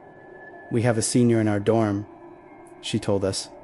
Then tell me. I'll let you in on a secret. To get the gossip, Elena leaned close to the girl. She and I are in that room. What? The girl and her friend both stared at Elena in horror. Elena was scared by their expressions too. She hunched her shoulders, but still nodded seriously at the 2 girls. If they don't want to talk, don't force them, Jessica said gently. Actually, at that moment, several more people walked through the door. Ethan and his group. Naturally, Ethan and Zoe's arrival caused a sensation too, but this time it triggered waves of screaming. Needless to say, all the screaming came from the girls. Ethan spotted Jessica sitting in the back. She was reading seriously, and even when everyone was screaming, she didn't look up. Ethan looked at her with some disappointment, but still walked straight toward them. The 2 girls who'd just been frightened by the room 414 incident were now excitedly watching the 2 handsome guys walking their way. Hey, you guys taking this class too? Zoe looked at them with a smile, his eyes narrowing into slits in a charming way. Yeah, Elena answered with a smile. They'd already met before, so she wasn't that excited. Her mind was still focused on those rumors about room 414, so she had no interest in their arrival. Jessica also smiled faintly and continued reading. They sat down behind them, and Ethan's gaze at Jessica actually held some sadness. Meanwhile, Elena was still focused on inquiring about the room 414 rumors.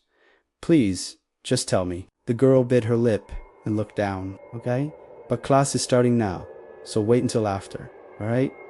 But you can't spread it around. This whole thing died down years ago, so it probably won't happen again. Our senior just told it to us like a story. Elena nodded vigorously like a chicken pecking at rice. After class, the two girls returned to room 414 with Jessica and Elena.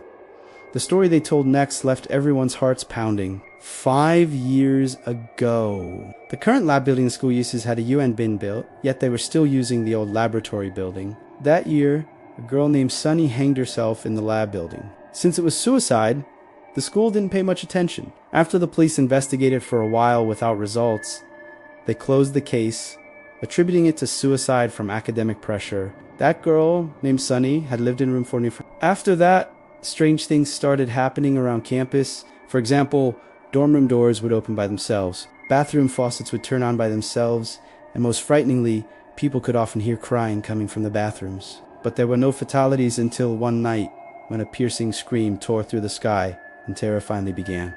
What happened? Elena asked urgently. One of the girls unconsciously glanced out the window, while the other, as if to lighten the mood, said, "We forgot to introduce ourselves." Jessica looked at her pale face. "I'm Jessica Chun. She's Elena Lin. And you too. I'm Christina E. She's Nancy Wu." Nancy turned and smiled at Jessica, though her face looked even paler than Christine's. "Keep telling the story," Elena said excitedly, though she was terrified of ghosts and monsters. Her curiosity was stronger than anyone's. Arsenio said that for the next period of time, they all lived in fear. It turned out that after the girl named Sunny died, the strange incidents around school were all attributed by students to Sunny's ghost returning, that she must have come back for revenge. Such rumors spread throughout the school, but because nothing truly terrifying had happened, students didn't pay much attention. However, the real terror was just beginning. That night, when a shrill female voice pierced the sky, horror instantly enveloped the entire campus. And that shrill scream came from the girls' room 414. "Did someone die?" Elena asked. No, the girl who screamed didn't die. Another girl died. That girl had gotten up to use the bathroom. When she turned on the light, she found the other girl hanging from the ceiling fan. Her eyes were wide open, her eyeballs almost falling out of their sockets. Her tongue stuck out, and blood dripped one drop at a time onto the floor, congealing into a pool of blood. Elena's eyes widened in shock, while Nancy beside them stared at the ceiling fan overhead in terror. At the moment, the fan began to sway slowly, as if a corpse really was hanging from it. "The fun why is the fan moving," Nancy said fearfully. Hearing her words, everyone looked up at the fan above their heads. The ceiling fan really was swaying slowly. "Could Sunny's ghost have come back?" "What should we do?" Nancy continued, her voice growing shrill with fear. Jessica looked at the fan, then at the window. "Maybe the window isn't closed properly." With that, she stood up and walked to the window, then checked it and smiled. It really wasn't closed properly. After she closed the window, the fan stopped moving. Everyone's tense hearts finally calmed down, though Nancy's face was still deathly pale. "Did that girl really die?" "Yeah," the other girl's scream woke everyone up. When they saw the girl's body, many people were terrified. "What did the police say?" Jessica asked. Christine shook her head. "Our senior didn't say. When we heard the story, we were scared to death." Who would think to ask that? Only you would think of it, Jessica. I don't believe in ghosts and gods. So I think it was human. If it was human caused, there are only two possibilities, either murder or suicide. That's why I'm asking what the police said. Elena looked at Jessica with a half smile. "You're becoming more and more like a detective. And such a beautiful detective at that." Jessica glared at her. "If only I were a detective. But I'm really curious, how did this case end?" Later, several more people died, but we don't know how it was resolved. "How did the others die?" Jessica asked. "They didn't all hang themselves, did they?" Elena added. Nancy bit her lip and shook her head. "No. One fell from a building, one drowned, and one hanged herself. So that means, including Sunny, who died first, 3 people hanged themselves, one jumped from a building, and one drowned, right?" "Yeah!" That year, a total of 5 people died, and the time between deaths was only about a week. 5 people died in just over a month. 5 people dying in a month really is terrifying. Elena nodded as she spoke. Forget it. This all happened 5 years ago anyway. There's no point in us investigating now. Let's just focus on studying. Jessica stood up and looked out the window. The sky had turned grayish-white at some point. It looked like the weather might change. Time's gone by so fast. It's almost noon. We should go eat soon. We'll head out now. Christine waved goodbye. Okay, come hang out anytime. Elena waved back with a smile. Nancy's face was still very pale. She seemed to have something to say the whole time, but never said it. As soon as they left the room, she said, I don't know why, but their room feels so weird. There's this cold wind that keeps blowing into my clothes. Really? I didn't feel anything strange. And don't forget, what happened 5 years ago was you on target at a room 414. Only 2 of the dead were from room 414. Their conversation gradually faded away, but Jessica, standing at the door, heard it all. Jessica, what are you standing there for? Just as Elena finished speaking, Sophie burst in from outside. Huh? Why are you standing by the door? Sophie asked, looking at her. Oh, nothing. I was going to close the door, but you just came in. Jessica sat on her bed, thinking about what Christine had said earlier. On the surface, what she said seemed to have no problems, but Jessica had the feeling she was deliberately hiding something. After thinking about it for a long time without figuring out what, she shook her head. Had she been watching too much Sherlock Holmes? Why was she so suspicious? It all happened 5 years ago anyway. What good would it do to think about it so much? With this thought, she stood up and checked her watch. It was already Elena, let's go eat. We still have class this afternoon.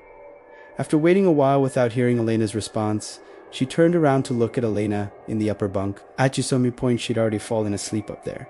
How can someone sleep so much? She shook her head with a wry smile. Are you guys going to eat? Sophie suddenly rushed out of the bathroom. She'd gone straight into the bathroom when she came back and was only coming out now. Yeah, want to come with us? Sure, of course. By the way, Jessica, can I ask you something? What's up? From now on, can you and Elena include me? Isabel always comes and goes alone. Who knows what mysterious thing she's up to. I don't want to be alone, so I want to be with you guys, of course. I thought you had friends in other dorms. Not 80.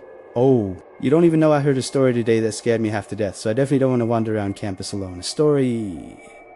What story? Hearing the word story, Elena immediately bounced up from the bed. Weren't you asleep? I was, but you know I love stories. So I woke up. Jessica looked at her helplessly and pursed her lips. Let's go. We can talk while we walk. Jessica picked up her jacket from the bed and put it on. Wait for me, I'll be right there.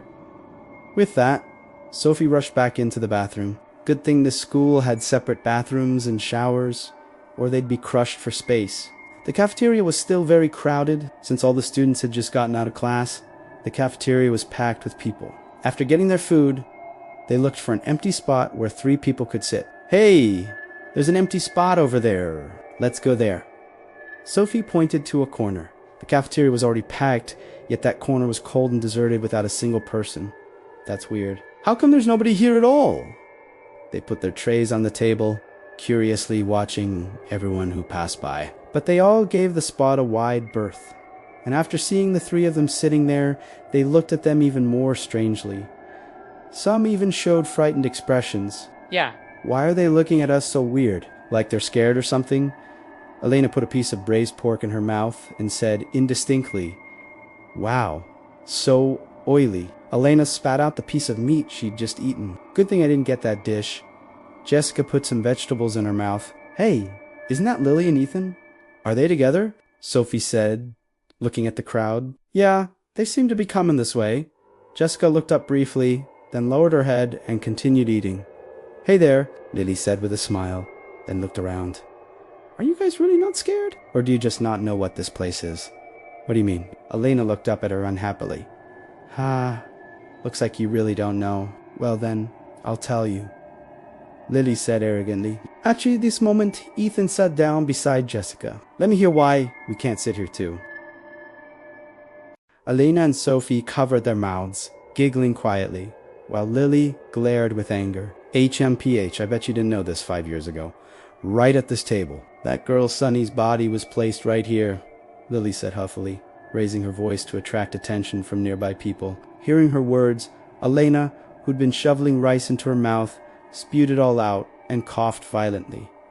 "What are you saying? We're trying to eat here," Sophie said angrily, eyes wide. "If you don't believe me, go ask around. Why else would so many people leave such a big spot empty when there's nowhere to sit? You think they saved it, especially for you?" She said this while deliberately glancing at Jessica. That was 5 years ago.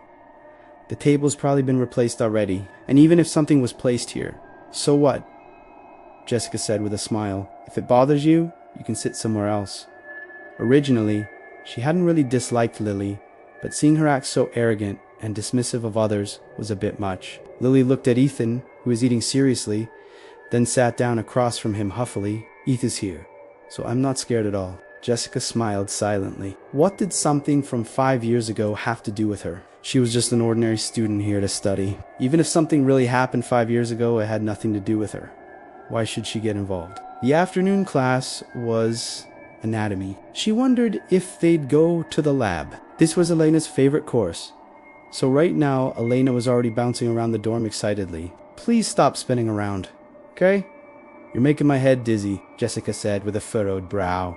"Do you think we'll get to see human organs in today's class?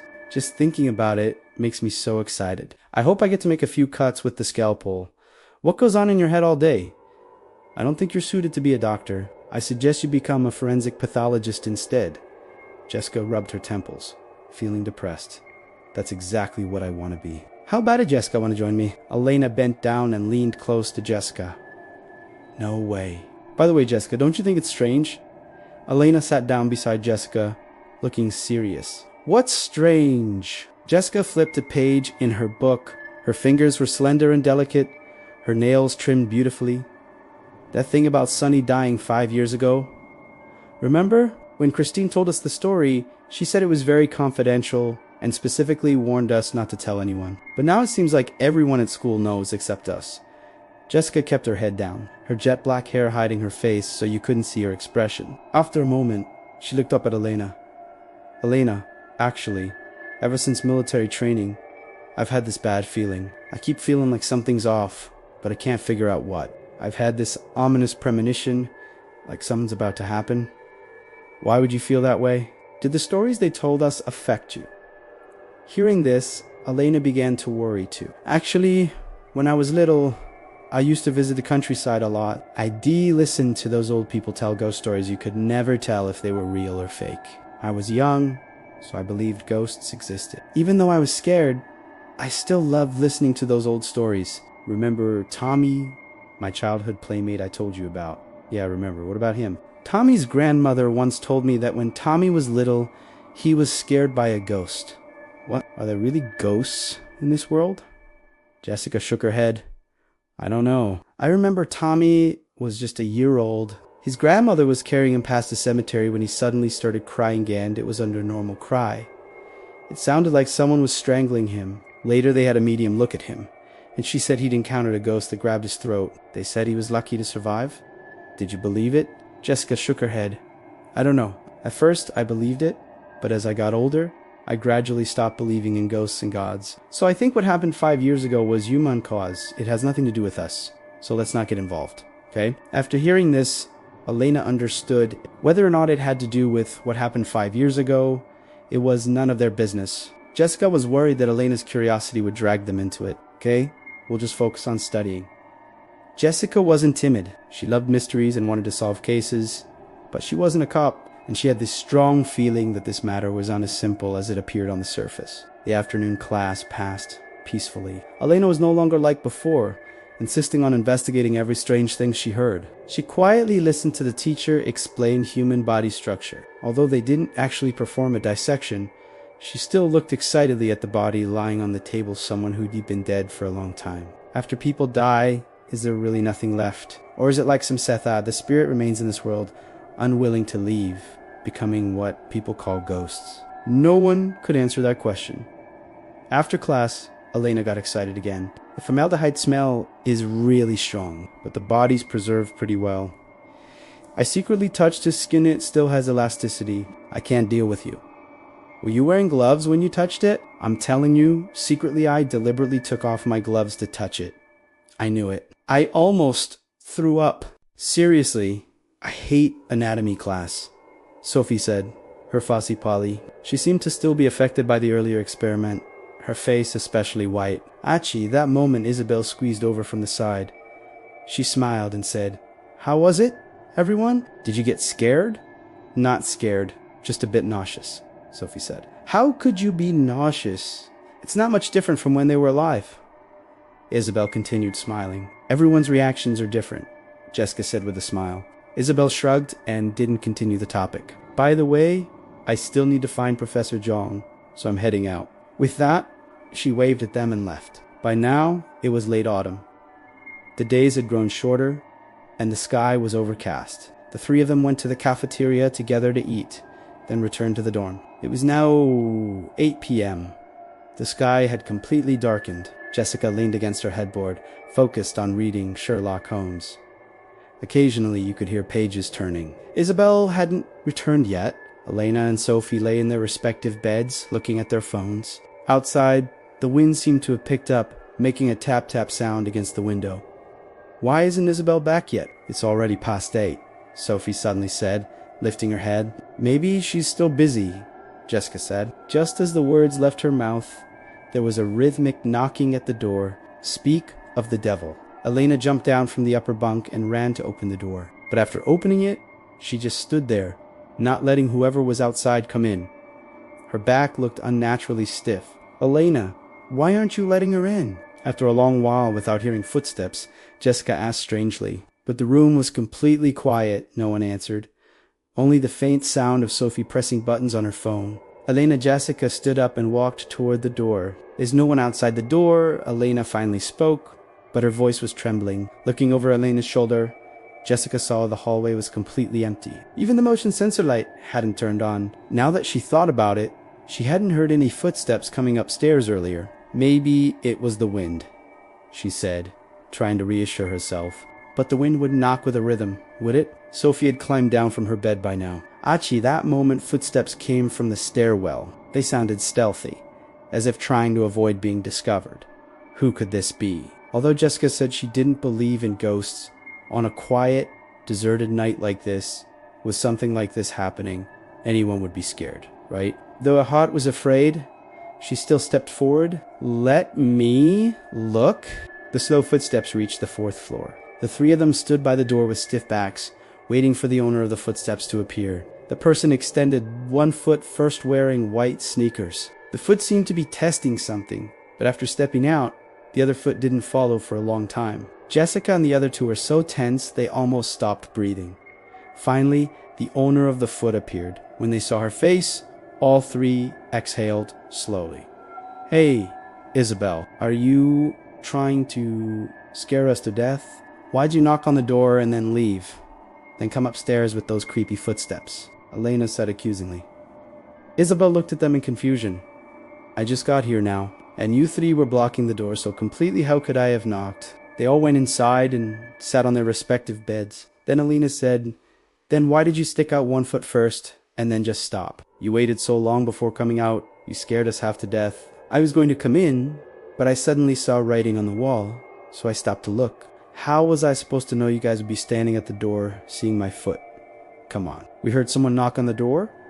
We thought it was you coming back, so we went to check. But when we opened the door, there was nobody outside." "Are you pulling a prank on us?" Elena protested. "I told you, I just got back.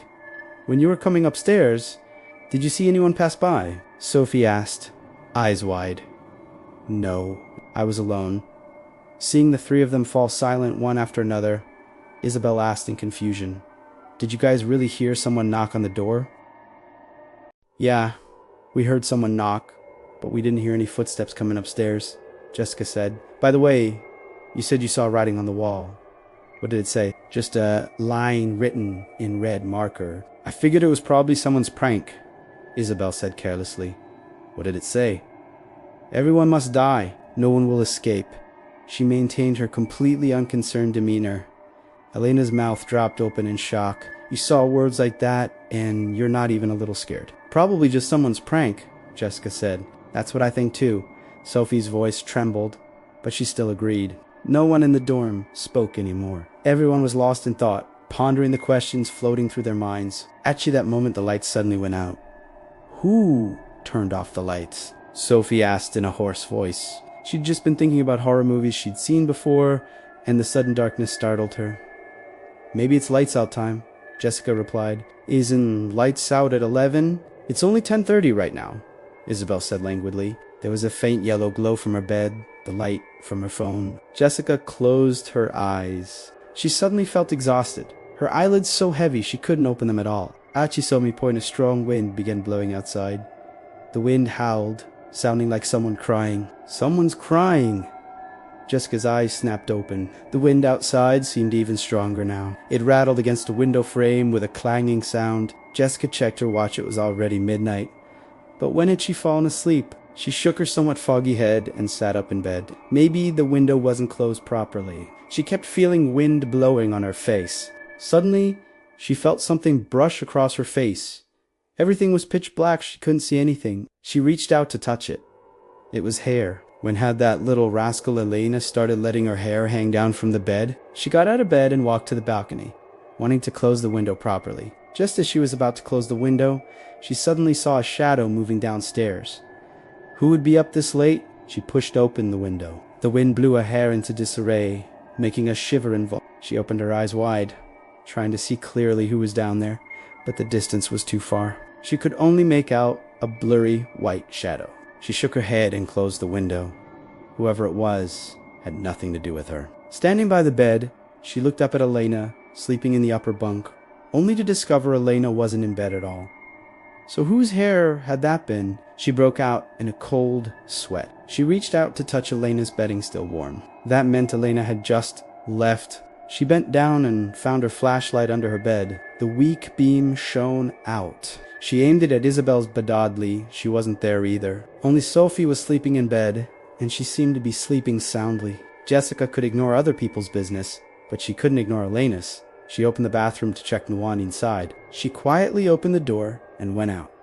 The dorm hallway was completely silent. So quiet, there wasn't a single sound except her own light footsteps and the wind outside mixing together, creating a terrifying feeling. Jessica held a flashlight, carefully going down to the 3rd floor. She shone the light left and right down the hallway. Finding no one, she went down to the 2nd floor. The 2nd floor was equally empty. She suddenly thought of the white shadow she'd seen from upstairs. Could it have been one of them? Elena wouldn't go downstairs this late for no reason, so she must have discovered something. Seriously, didn't she tell her not to get involved in this? Jessica thought irritably. When she reached the 1st floor, she found the door was locked. So were they still in the dorm, or was there another way out? She carefully walked around the 1st floor with her flashlight, but didn't find any way to leave the dorm. Just as she was about to go back upstairs, a sudden cold breeze blew past. All the windows here were closed. How could there be a cold wind? She followed the direction of the wind and discovered that beside the dorm supervisor's office, there was a broken window. She turned off her flashlight and slowly walked over. The window was just big enough for a person to squeeze through sideways. She crouched down and carefully climbed through the broken window. Outside, the wind was strong. Her hair blew against her face, and she could barely keep her eyes open. Suddenly, someone covered her mouth with their hand. Her eyes widened. Just as she was trying to see who it was, a voice whispered in her ear, "Jessica, it's me. Don't talk." Jessica nodded. "Elena, what are you doing here?" she asked softly. "I saw Isabel come out, so I followed her." "Come on, let's catch up and see where she's going in the middle of the night," Elena whispered. "Didn't I tell you not to meddle in other people's business?" "Why don't you listen?" Jessica scolded. "I know, but she looked like she wasn't awake." "What if she's sleepwalking? I was worried something might happen to her." Hearing this, Jessica said, "Okay, let's follow her and see. Come on, she should be heading to the old lab building. Let's follow carefully." Elena grabbed Jessica's hand. Jessica could feel the sweat in her palm. Sure enough, just as they approached the lab building, they saw Isabel walk in stiffly. Her body was so rigid, it really did look like sleepwalking. I heard old people say you can't call out to someone who's sleepwalking, or they'll be scared to death. Yeah, I've heard that too. That's why I didn't call out to her, I just followed her here. How did you know that window was broken and could be opened? I followed Isabel out. When I first saw it, I was surprised too, but I didn't think much about it. I just wanted to see what she was doing. By now, they'd reached the entrance to the lab building. The door was open. They carefully pushed it wider. Inside was pitch black, even darker than outside. Jessica turned on her flashlight and carefully stepped inside. Where the beam shone, she could see dust floating in the air. Jessica shined the light around but didn't see anyone. Just as they were about to go upstairs, Jessica suddenly grabbed Elena. "Don't move! Someone's talking." She pulled Elena's hand and hid in a dark corner by the stairwell. From upstairs, they could faintly hear voices. "Did you bring what I asked for?" A man's voice. "I brought it, but you have to tell me what I want to know first, or I won't give it to you." That was Isabel's voice. "Of course, I'll tell you, but you have to show me what I asked you to bring first," Jessica whispered. They seemed to be making some kind of deal. "When you followed Isabel out, did you see her carrying anything?" She seemed to be holding something in her arms the whole time. "Let's hear what they say next. Should we go up and look?" "No." At this point, Isabel seemed to have already shown him the item. "Now you can tell me, right?" About that incident. I don't know much. I only know that after she died, the body went missing twice. The first time it disappeared, it was found in the cafeteria. But after the second time it disappeared, it was never found again. "Where'd you hear about this?" "My brother's a cop. I found out from him by accident, and there's another very important point. Want to know what it is," the man suddenly said mysteriously. "Tell me, or I won't give you these things." What followed was a very quiet conversation that Jessica and Elena couldn't hear. "What?" Isabel said in shock. Isabel's voice sounded surprised, but more than that, it sounded angry. Then they heard footsteps coming downstairs. "I think they're about to come down. Let's go." Jessica pulled Elena out of the lab building. "We have to get back to the dorm before she does. I know a shortcut. Let's take it." Elena grabbed Jessica's hand and ran toward the back of the lab building. Behind the lab building was a patch of woods. Along the wall in those woods was a small gate. Through that gate, they could go directly to dorm building 4. That way they could get to the dorm first without arousing Isabel's suspicion. Fortunately, they didn't encounter any obstacles along the way. They made it back to the dorm smoothly. Just as they'd gotten into bed, they heard Isabel's footsteps coming upstairs. Jessica turned over to face the wall, while Elena pulled the blanket over her head, leaving only her eyes exposed, quietly watching outside. After a long while, when the dorm had returned to complete silence, Jessica turned over to face outward. She didn't know who the man meeting with Isabel was, what kind of transaction they were making, or why Isabel had sounded shocked and angry when she heard the man's final words. What were those words? What did they mean when they said the body had disappeared twice? The first time it disappeared, it was found in the cafeteria. The cafeteria, she suddenly remembered that when they were eating in the cafeteria today, Lily had said Sunny's body had appeared on that dining table. So, did that mean the body they were talking about was Sunny? But Sunny died 5 years ago. What did that have to do with Isabel? Why would she care so much about this? After thinking for a long time without coming to any conclusions, she decided to let it go. She'd agreed not to get involved in these matters. It had nothing to do with her anyway. With that thought, she closed her eyes. But just 5 minutes after she closed her eyes, she heard a loud thud, as if something had fallen from upstairs. Frightened, she sat up quickly. The sound was dull, but in this silent night, it seemed exceptionally jarring. "Jessica, did you hear that?" It sounded like something fell. Elena's voice suddenly came from the upper bunk. "Yeah, I heard it.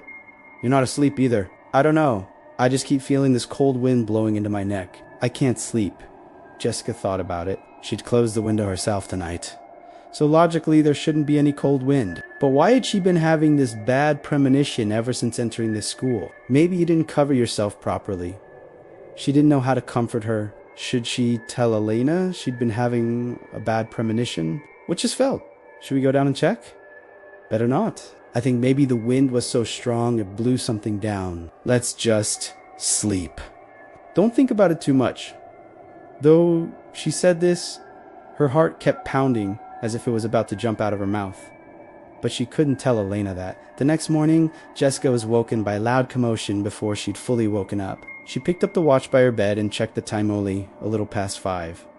Why was it so noisy outside? It sounded like there were police sirens too. Her eyes suddenly widened, all sleepiness gone. Had someone jumped from the building last night? She quickly got dressed and woke up Elena, who was still dreaming. By the time they rushed downstairs together, the ground floor was already packed with students. Elena grabbed Jessica's hand and pushed forward. When they squeezed through to the police line at the front, they just saw the police covering a mangled body with a white cloth. But strangely, there wasn't a single drop of blood on the ground. How can there be no blood? Hearing Jessica's words, Elena noticed that there really wasn't even a drop of blood on the ground. Because the body's face was down, they couldn't see who the deceased was. The dead person is Raymond. Ethan appeared beside Jessica at some point. Jessica looked up at him. How do you know the clothes? He's still wearing what he wore during military training. Ethan pointed to a corner showing beneath the white cloth. Ethan was right. The clothes on the body were indeed identical to what Raymond had worn during military training. But that didn't necessarily mean this person was Raymond. Perhaps guessing Jessica's thoughts, Ethan said, 4 days ago, Raymond took a leave of absence. Nobody knows where he went, and it was the day after he took leave that Lily said she saw his body. Remember? Right? That morning? And then the body disappeared, Jessica said. What are you talking about? How come I don't know about this? Elena asked in confusion. None of them had expected something like this to happen. The students just watched as the police loaded the body into the vehicle and drove away. Their faces showed indifferent expressions. They'd only just arrived here. They hadn't formed deep friendships with each other yet. No one realized this was just the beginning of all the terror to come. After the police took the body away, students began talking among themselves. But at this moment, a voice suddenly shrieked, "Sunny's ghost has come back. She's returned to claim more lives." Then they disappeared in a flash. Sunny's ghost again. How much do you know about this? Jessica glanced in the direction the person had run, then asked Ethan. Ethan shook his head. This has nothing to do with me, and I don't want to get involved, so I don't know anything. Jessica smiled. She'd been thinking the same thing, but that bad premonition seemed to be telling her she couldn't stay out of this. Just as Jessica was about to turn and leave, Ethan suddenly grabbed her. She turned to look at this tall boy over 6 feet and smiled. What is it? Ethan released her hand. Although I don't know anything about this, I have a bad feeling. So I don't want you getting involved in this. Jessica looked at his serious expression. Something seemed to stir in her heart. She looked away. I won't get involved. Then she walked toward the dorm building without looking back. The morning's incident quickly spread through word of mouth across the entire campus. No matter which corner you went to, you could hear students whispering to each other with their heads down. Few current students knew about what happened 5 years ago. The ones who were slightly more familiar with it were the 4th and 5th year students, but they seemed very panicked about it, even though they hadn't necessarily experienced it firsthand. After this incident, everyone still went to class and left class quietly as usual. The campus remained as lively as ever. There weren't any major changes because of this. Just like that, 2 quiet days passed. But such excessive calm didn't seem like a good thing. Elena, come here. Jessica suddenly called Elena to her bed very mysteriously. What's up, Jessica? I think some of my clothes are missing, Jessica said somewhat awkwardly. No way! Things get stolen from our own dorm. What's missing? It's underwear. My pink set, Jessica said embarrassedly. What? Underwear? Elena's mouth dropped open in shock. Only the 4 of them and the dorm supervisor, Mrs. Jung, had keys to their room. Who would come steal her underwear? She'll keep your voice down. This isn't exactly something to broadcast, Jessica said, covering Elena's mouth. Elena nodded, and Jessica released her hand from her mouth. Who could it be? Some underwear-stealing pervert. I wish. Then why didn't they take yours or anyone else's, just mine? Jessica said depressedly, sitting on her bed. Elena thought about it and agreed that made sense, then said, could it be someone at school who has a crush on you? I don't think that's likely. Even if it was them, how would they know where I keep my clothes? And why only take 1 set? So you're saying it was someone we know. I'm just voicing my suspicions. But the fact is, my clothes are missing. How could someone do something like this? Her mind suddenly flashed back to that night, the conversation between Isabel and a man. Did you bring what I asked for? I brought it to Thing. What would that man ask Isabel to bring him? Could it be? No, it couldn't be. She must be overthinking it. Jessica, did you think of something? Oh, nothing. If it's gone, it's gone. Though she said this, she already had a suspect in mind. She hoped this had nothing to do with her. At noon, Jessica was still thinking about how to ask her, but unexpectedly, Isabel came to find her first. You figured it out, didn't you? On the door and balcony, Isabel suddenly asked. Jessica looked at her in surprise. It really was you? Yes. Jessica looked at her incredulously. Why? Because I need revenge. Only by doing this can I find out who killed my sister. Isabel suddenly said through tears. Revenge? Your sister? What's going on? My sister is the one they call Sunny. Her name was Sunny Lee. She was my real older sister, she said suddenly, very calmly. The body you were talking about that night, you meant my sister's body. Yes, it's been 5 years, and we still haven't found my sister's body. We don't even know how she died. And those cops, cops, they are all useless. They can't find my sister's killer at all. They just told us she committed suicide because of academic pressure. Who would believe that? They just don't want to investigate. They're completely incompetent. They can't even find my sister's body. By now, Isabel was already in tears. She wiped her eyes and continued.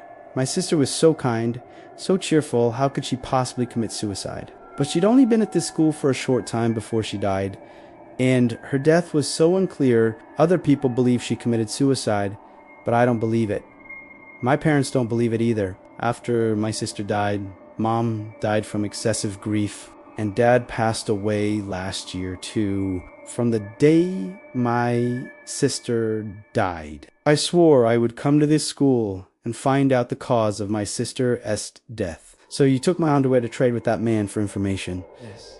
You definitely don't know who that man is, right? Ha! If I told you, you'd never believe it. Who is it? Marcus Zhang from our military training group. How could it be him? Humph! He's liked you since military training, but he's too scared to tell you himself. He's a complete coward. And he actually believes my sister's ghost really exists. Marcus Duseca thought back to that day on the mountain. Marcus's terrified expression. At the time, she'd thought he was strange. Why would a grown guy react so strongly? Now, it seemed he knew quite a lot. Jessica Chun, I've never begged anyone before, but today I'm begging you don't pursue this matter further. Marcus still has value to me, but I promise just this once, okay? Although the thought of her underwear in that pervert's hands made Jessica feel sick, looking at Isabel's sad, painful face, she really couldn't bring herself to be harsh. Okay, I agree. But you have to promise me something too. As long as I can clear my sister's name, I'll do anything. Isabel looked ready to cross the river Styx. Jessica smiled. I am not asking you to climb a mountain of knives or dive into a sea of fire. I just want to tell you that if you really find the killer, I hope you'll stay calm and not throw away your own life. Isabel looked at Jessica gratefully. I will.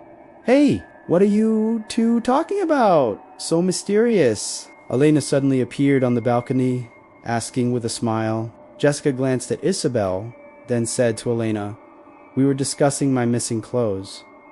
Did you find them? Who took them? It wasn't Isabel, was it? She rolled her eyes, then pointed at Isabel. You don't have a crush on our Jessica, do you? Elena laughed. Come on! Stop talking nonsense! You're right, though she did take the underwear. But there's a reason, Jessica said, swatting down her pointing finger. What reason? Seeing their serious expressions, Elena stopped joking around. Next, Jessica relayed everything Isabel had told her to Elena. So, you're saying Sunny's killer is still at this school, and it's Raymond who died a few days ago. So, by that logic, you killed Raymond, Elena said, stroking her chin. Jessica looked at her helplessly.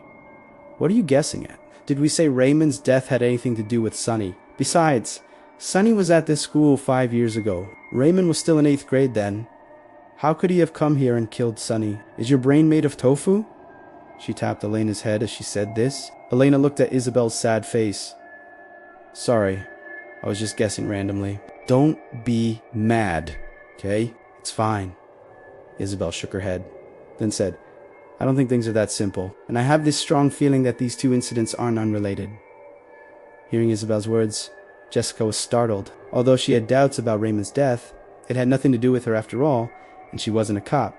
so she hadn't dwelt on it. She'd heard in high school that the mortality rate among college students was quite high, but she hadn't expected someone to die less than 2 weeks after she arrived at this school. Now, hearing Isabel say this, she felt even more strongly that the school was hiding some secret. Jessica, Elena, I have no family left in this world. To clear my sister's name, I'd even give my life, but I know that in such a big school, finding out what happened 5 years ago won't be easy. So I want to ask if you could help me. Seeing the tears sliding from Isabel's eyes, they didn't know what to do for a moment. They looked at each other, then said, "We don't know if we can help, but we'll try our best. Thank you." Isabel gripped their hands tightly, almost kneeling down to them. "I'm sorry." A voice suddenly said. They turned around to see Sophie standing at the balcony doorway.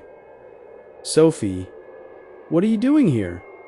Jessica asked. "I just got back and saw you all on the balcony. I was going to say hi, but I accidentally overheard your conversation. I really wasn't trying to eavesdrop," Sophie said, frantically waving her hands. Jessica looked at Isabel. Isabel nodded. Then Jessica said to Sophie, "It's fine. Since we're all roommates, and everyone knows about this now, we won't hide it from you. But we all need to understand one thing: we're facing a cold-blooded killer, so we're in danger at all times. I think you and Elena shouldn't get involved." "No way." The two spoke in rare unison. "Jessica, how could you forget our oath?" "Whatever you get involved in, you can't leave me behind," Elena said, pouting.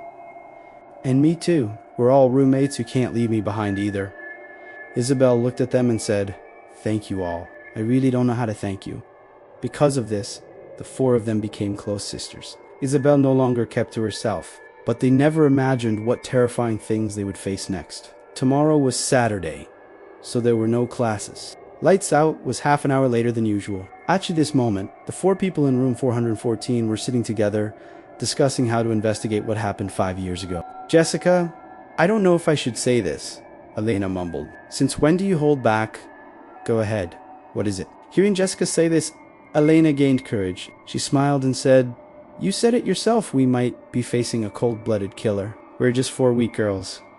Why don't you get someone to help us?" Hearing Elena's words, everyone understood what she meant. Everyone at school knew that the famous heartthrob Ethan Siachu was running for student council president with a 99% chance of winning, and this heartthrob had a special fondness for Jessica. With the help of this soon-to-be student council president, things would be much easier. Jessica had thought about this, but she felt she shouldn't drag more people into this vortex. She kept having this bad premonition. She felt that even without Isabel pulling her into this mess, she would have been drawn in anyway. That's why she didn't refuse when Isabel asked for her help.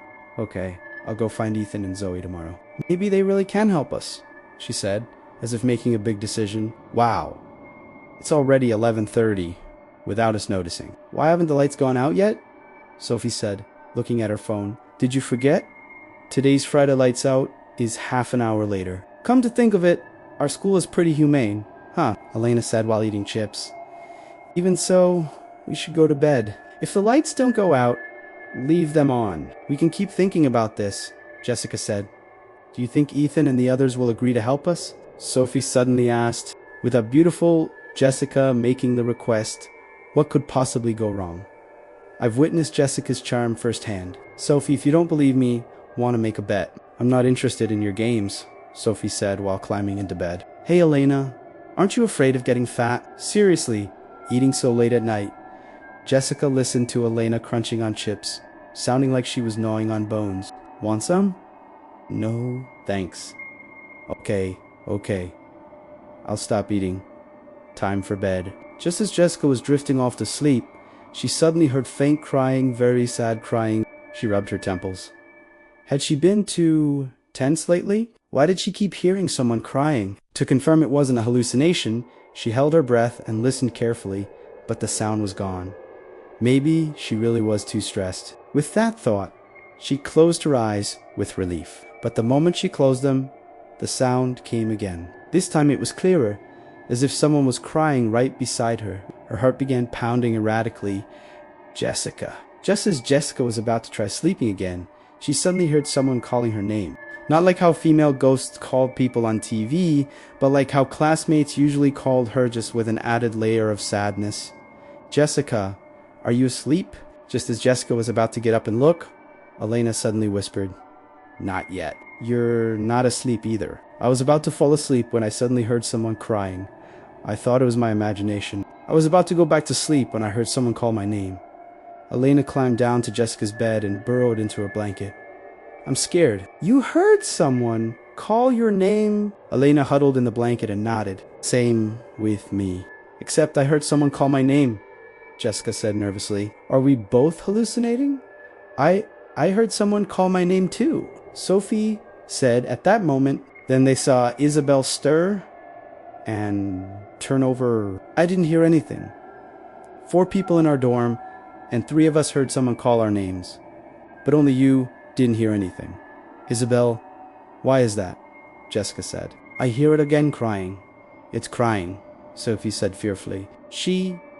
Don't talk. After a moment, Jessica said, someone is crying. It sounds like it's coming from the lab building. Jessica sat up and put on her clothes. It was already autumn, the weather was getting cold. What are you doing? Elena asked. I want to go check it out. Are you serious? What if it's that thing? Better not go. I can't hear anything. Isabel still said in confusion. Jessica, I'll go with you. Maybe it has something to do with my sister's death. Isabel got up to, seeing both of them getting ready to go, Elena said. Then I'm coming too. If we die together. Then I don't want to stay here alone either. I'm scared. Sophie got out of bed too. This is dangerous. You guys shouldn't go. More people, more company. I'm definitely going, Elena said firmly. Sophie nodded firmly as well. All right then, whoever has a flashlight, bring it. We'll go together.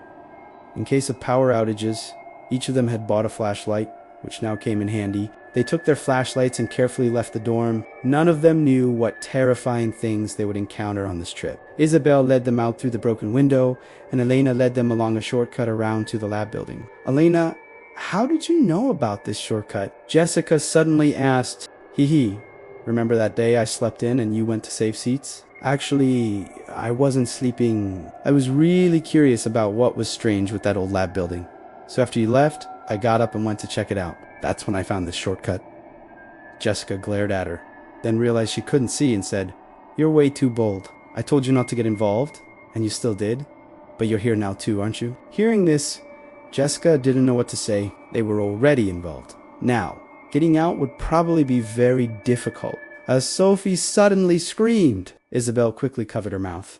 Don't scream. Sophie stared to the left with wide, terrified eyes and pointed with her finger. The 3 of them looked in the direction she was pointing. Instantly, all 3 broke out in a cold sweat. There was a white figure there. Don't talk. It might just be clothes hanging there. Let's not scare ourselves, Jessica said. Though she said this, how could she not be scared? How could clothes be walking toward us? They watched as the white figure slowly moved in their direction.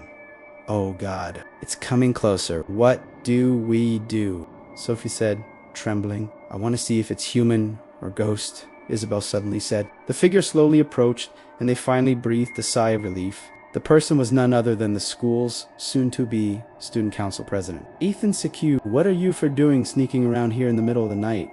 I thought you were burglars, Ethan said. We were about to ask you. What are you doing out here in the middle of the night? Elena's courage returned once she saw it was a person and not a ghost. It's for the president election. I'm out patrolling. A voice beside him suddenly said, Oh, a ghost, Elena screamed. Come on, don't scream. Do you want to wake up the whole school? Jessica said, covering her mouth. You're the ghost. It's me, Zoe said, dressed all in black. Why are you wandering around in the middle of the night wearing all black? Elena said. None of your business. But seriously, what are you guys doing out here in the dead of night? Zoe asked. We couldn't sleep. So we came out for a walk, Elena said, playing it off. All right, stop it. We were planning to ask them for help anyway. We just happened to run into them, though I won't tell you the specifics yet. 3 out of 4 of us in our dorm heard someone call our names. So we came down to check it out, Jessica said quietly. Called your names. We didn't hear anything, Zoe replied. That's exactly why we thought it was strange and wanted to check it out, Sophie said. We'll go with you.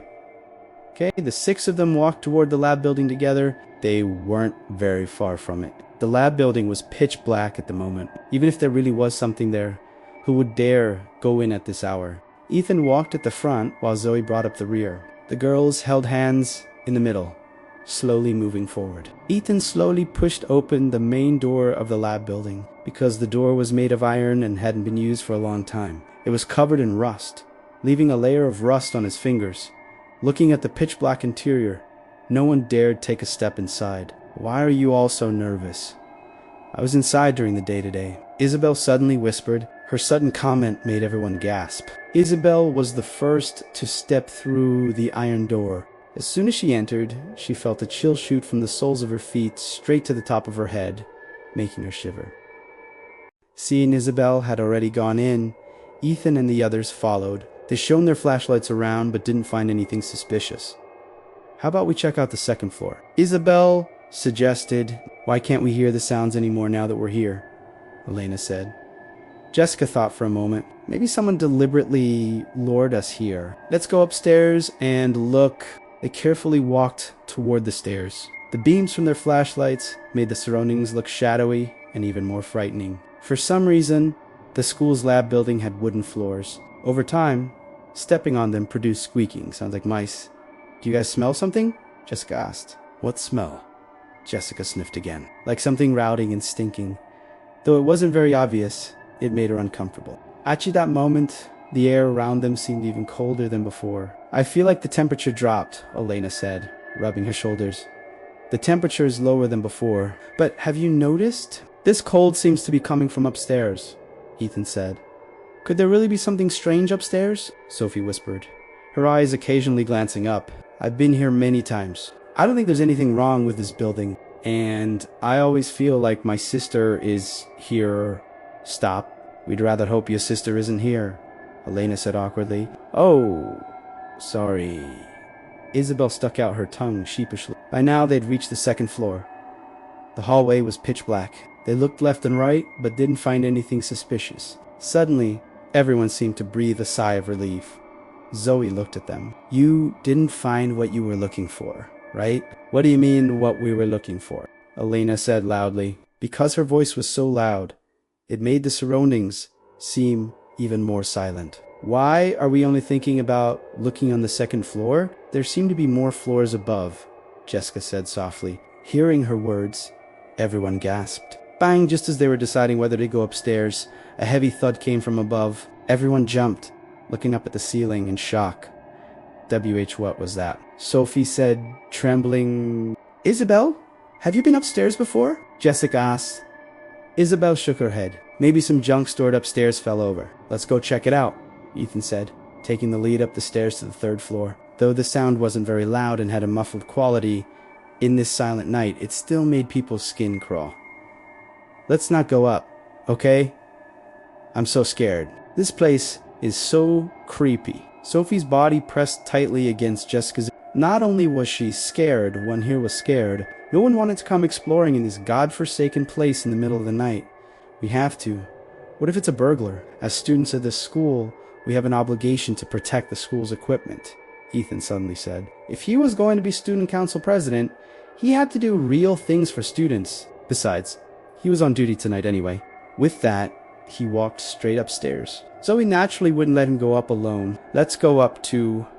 Jessica and Elena followed them up, and Isabel eagerly followed. Sophie had no choice but to steel herself and go up to. This lab building only had 3 floors. The third floor was originally also for student experiments, but after the new lab building was built, this one stopped being used. The third floor especially had become a storage area for junk. "This place really is full of junk," Zoe said, shining his flashlight left and right. "Future president, we still don't know much about the school. When you have time, you should walk around and learn about our school's history." "So dusty," Elena said, fanning her hand. Jessica shone her flashlight around. She not only smelled dust, but also blood. But why would there be a smell of blood here? The beam suddenly illuminated a dark pile of something. She slowly walked toward it. The closer she got, the stronger the smell of blood became. Could it be? How can this be? Looking at what was in front of her, she almost screamed out loud. Hearing her voice, everyone slowly walked toward her. Sophie and Elena screamed simultaneously, but someone covered their mouths. They could only stare at what was on the ground with terrified, wide eyes. Lying on the ground was a corpse, mouth wide open, eyes bulging, with a knife stuck in the throat. Blood was slowly flowing from the neck. Terror once again seized everyone's hearts. They stared at the body on the ground in horror, almost forgetting to breathe. How could this happen? Zoe said, looking at the corpse. He could almost feel the warmth of the blood. Jessica took a deep breath. The cold air entered her lungs, painfully sharp. Was all this premeditated, or was it history from 5 years ago repeating itself? No one could give an answer.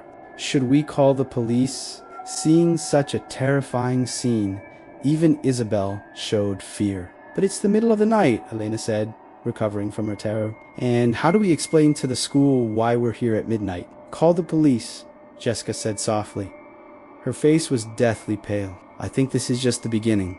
Hearing her words, everyone gasped. The sudden police sirens pierced the midnight silence. Many people cursed from under their blankets, but in this late autumn season, they were too lazy to waste their sleep time on other people's business. As expected, the 6 of them were taken to the police station for questioning. After an hour of interrogation, they finally walked out of the station. By the time they got back to the dorm, it was past 3. None of them felt like sleeping. They all sat on their beds in a daze. What do you guys think about all this? Jessica suddenly asked about this matter. There were many things she didn't understand. From getting lost on the mountain during military training to now. With 2 people dead in succession, these incidents seemed unrelated on the surface. But her intuition told her there must be countless connections between them. I have no idea. Right now, all I feel is terror, nothing else, Sophie said in a trembling voice. I think this definitely has something to do with my sister's death.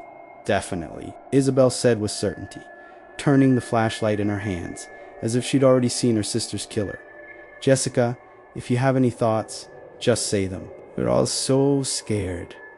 Elena was frightened too. I'm going to ask you a question, and you must answer honestly. What question? Elena asked urgently. The night we got lost on the mountain, did you have dreams? The 3 of them couldn't help but shudder. Thinking about that night's dreams sent chills down their spines. That kind of terror from deep within could almost make your mind collapse. Thank goodness it was just a dream. That night's dream really was terrifying, Sophie murmured. Her voice trembled even more than before. In my dream, Marcus ran away because he was scared. Then Isabel suddenly disappeared. And then, while searching for the missing Isabel, we saw Marcus being killed in a strange village, Elena said, her voice shaking as she finished describing her dream. Right? My dream was the same. Why did we have the same dream? Sophie asked. Ethan and I had the same dream too, Jessica said. Then she looked through the darkness at Isabel, who hadn't spoken for a while. My dream was a bit different from yours, she suddenly said softly. What? I dreamed that the person who ran away from fear at the beginning was Unit Marquesite, was Raymond. And the person who suddenly disappeared wasn't me, it was Lily. After hearing Isabel's words, everyone gasped. What were other people's dreams like? Was Isabel's dream the only one different from theirs? Or were there others whose dreams were different too? Jessica wondered. From the military training onward, everything happening around them had been bizarre. First, they met the woman burning bones, then heard about curses. Then there was a white shadow flashing by, and strange crying. Finally, everyone got lost, fell asleep at some unknown time, and had the same dream, except for Isabel, right? Why was Isabel different from them? Was she still hiding something from them? And that's strange. Marcus, what exactly did he know? After thinking for a long time without figuring anything out, she noticed even breathing sounds coming from the dorm at some point. She smiled slightly. As long as everyone could still sleep, that was good. She checked her watch. It was already past 5. In a few more hours, it would be light. She closed her eyes. There were still things to do tomorrow. Not knowing how long she'd slept, Jessica drowsily woke up. She tried to sit up, but found she had no strength at all. Her head felt like it was about to explode. She rubbed her temples, struggling to sit up. Jessica, what's wrong? Seeing Jessica's condition, Elena rushed over in panic. It's nothing. I probably caught a cold last night. My head hurts a bit. Then lie back down and keep sleeping. Today's Saturday, no classes. But I still need to find someone today. With slightly more strength in her body, she propped herself up to sit. Who do you need to find? Is it about last night? She nodded. I feel like this isn't over yet. 2 people are already dead, and I have a premonition more people will be killed. So we have to stop this from happening. But didn't you say we shouldn't get involved? And now 2 people are dead, this must be very dangerous. Let's not participate, okay? Haven't you noticed? Every time something happens, we're there. That means even if we don't get involved, I think whoever's behind this will find a way to involve us. Whoever's behind this. Why do you say that? Don't you think it's Isabel's sister, Sunny, getting revenge? I don't believe in ghosts at all. There's cold medicine in the drawer. Get it for me. Elena took out the cold medicine from the drawer, then poured a glass of water and handed it to Jessica. Who are you going to find? Marcus Jung? Jessica put the medicine in her mouth and swallowed it with water. Why look for that pervert? No way. I'm coming with you. At least if there's danger, I can help you. Elena put on a martyr's expression. He's a pervert. Yes, but also very timid. Do you know that killers are usually perverts and also very timid? I'm not arguing with you. I just hope this case can end quickly. We catch the killer and we can peacefully finish our 5 years of college. She paused, then continued. Where are Sophie and Isabel? You know, Isabel's determined to avenge her sister. She thinks this must be related to her sister's death, so she went to check the information on yesterday's victim. Sophie was worried it would be dangerous for her alone, so she went with her. Let's go. We're going to find Marcus. Jessica got down from bed. Her head was still a bit dizzy. Actually, that moment, Marcus was alone in his dorm room in a daze. When he heard this morning that someone else had died at the school, he started getting scared. He fearfully scanned every corner of the dorm, as if something terrible was lurking there, ready to pounce and devour him at any moment. Knock, knock, knock. The sudden knocking startled him. He stared at the door, fearfully. While hesitating about whether to open it, the dorm supervisor's voice came from outside. Anyone there? Is Marcus Jung in? Someone's looking for you. Outside was the supervisor's hoarse, low voice. Marcus stood up trembling, then opened the door. Who's looking for me? Downstairs. After saying this, the elderly supervisor turned and went down the stairs. After the supervisor's figure disappeared around the corner of the hallway, Marcus actually started laughing a bizarre laugh. Soon, the 3 of them sat in a cafe near campus. Being able to open a cafe in such a remote place wasn't easy. More importantly, the place was decorated quite tastefully. Soft music played in the cafe, instantly calming people's hearts. Marcus picked up his coffee and took a sip. His face was sallow, with serious dark circles, as if he hadn't slept for many days. I think you know why we're here, Jessica said gently. Jessica Chun, I know you're smart, but I still have to advise you don't get involved in this. This isn't a problem human power can solve. His voice trembled, his hands shaking so much he could barely hold the cup. He had to awkwardly put it on the table. Even though he'd been very careful, coffee still splashed out. Why are you so scared? What exactly do you know? Seeing him like this, Jessica actually started to feel sorry for him, though thinking about him holding her underwear made her sick. Maybe he was also a victim. I don't know anything. Even if I did, I wouldn't tell you. I sincerely hope you won't get involved in this, and that Isabel will tell her to stop investigating, or you'll all die. No one will escape. Why do you know about this school? Aren't you a freshman like us? What exactly happened? Jessica pressed him closely. Yes, I'm a freshman like you, but my problem is I was too curious. Curiosity really can kill. He leaned back in his chair weakly, his voice full of desolation, nothing like what someone his age should sound like. What do you know? Tell us quickly. Maybe we can find the killer, and then we won't all die, Elena said anxiously. The killer? Ridiculous. Do you think this is all human? Have you ever seen someone crying for help while stabbing a knife into their own throat? After saying this, he realized he'd said too much. What did you say? You mean yesterday's victim stabbed the knife into his own throat? Jessica said in shock. She'd never imagined such a scenario. After that, no matter how much Jessica asked, Marcus wouldn't answer. He just sat there quietly, motionless, staring out the window. Finally, they had to give up questioning. They'd originally thought they'd solve some mysteries through Marcus, but the mysteries seemed to be getting bigger. They'd just returned to the dorm and hadn't even sat down when Jessica's phone rang. It's Ethan. He's waiting for us downstairs. Says he has important news for us. After taking the call, Jessica didn't know what news Ethan would bring. She had no idea she'd be facing so many tragedies. What news did you bring? Elena asked. Actually, that moment, they were sitting in a pavilion by the campus lake. We heard from someone at the police station that yesterday's victim seems to have committed suicide. The knife in his throat only had his own fingerprints on it, Zoe said. We already heard that from Marcus, but what Marcus said seemed even more terrifying, Jessica said. What do you mean? Ethan asked. Marcus seemed to have seen the person's death process, but he won't say anything. He only said that when the person died, he was holding the knife and stabbing it into his own throat. But he was desperately crying for help, Jessica said thoughtfully, looking at the lake. Why didn't you ask him what exactly happened? He wouldn't say he must have been scared. From what he said, he seems to think this is a paranormal incident. Is it still that ghost named Sonny? Zoe said somewhat mockingly. I don't know. This might not be that simple, Ethan said. Is that all the news you brought? Jessica suddenly asked. Of course not. We also investigated the victim from yesterday. Guess who he is? Zoe said, playing coy. Oh, please.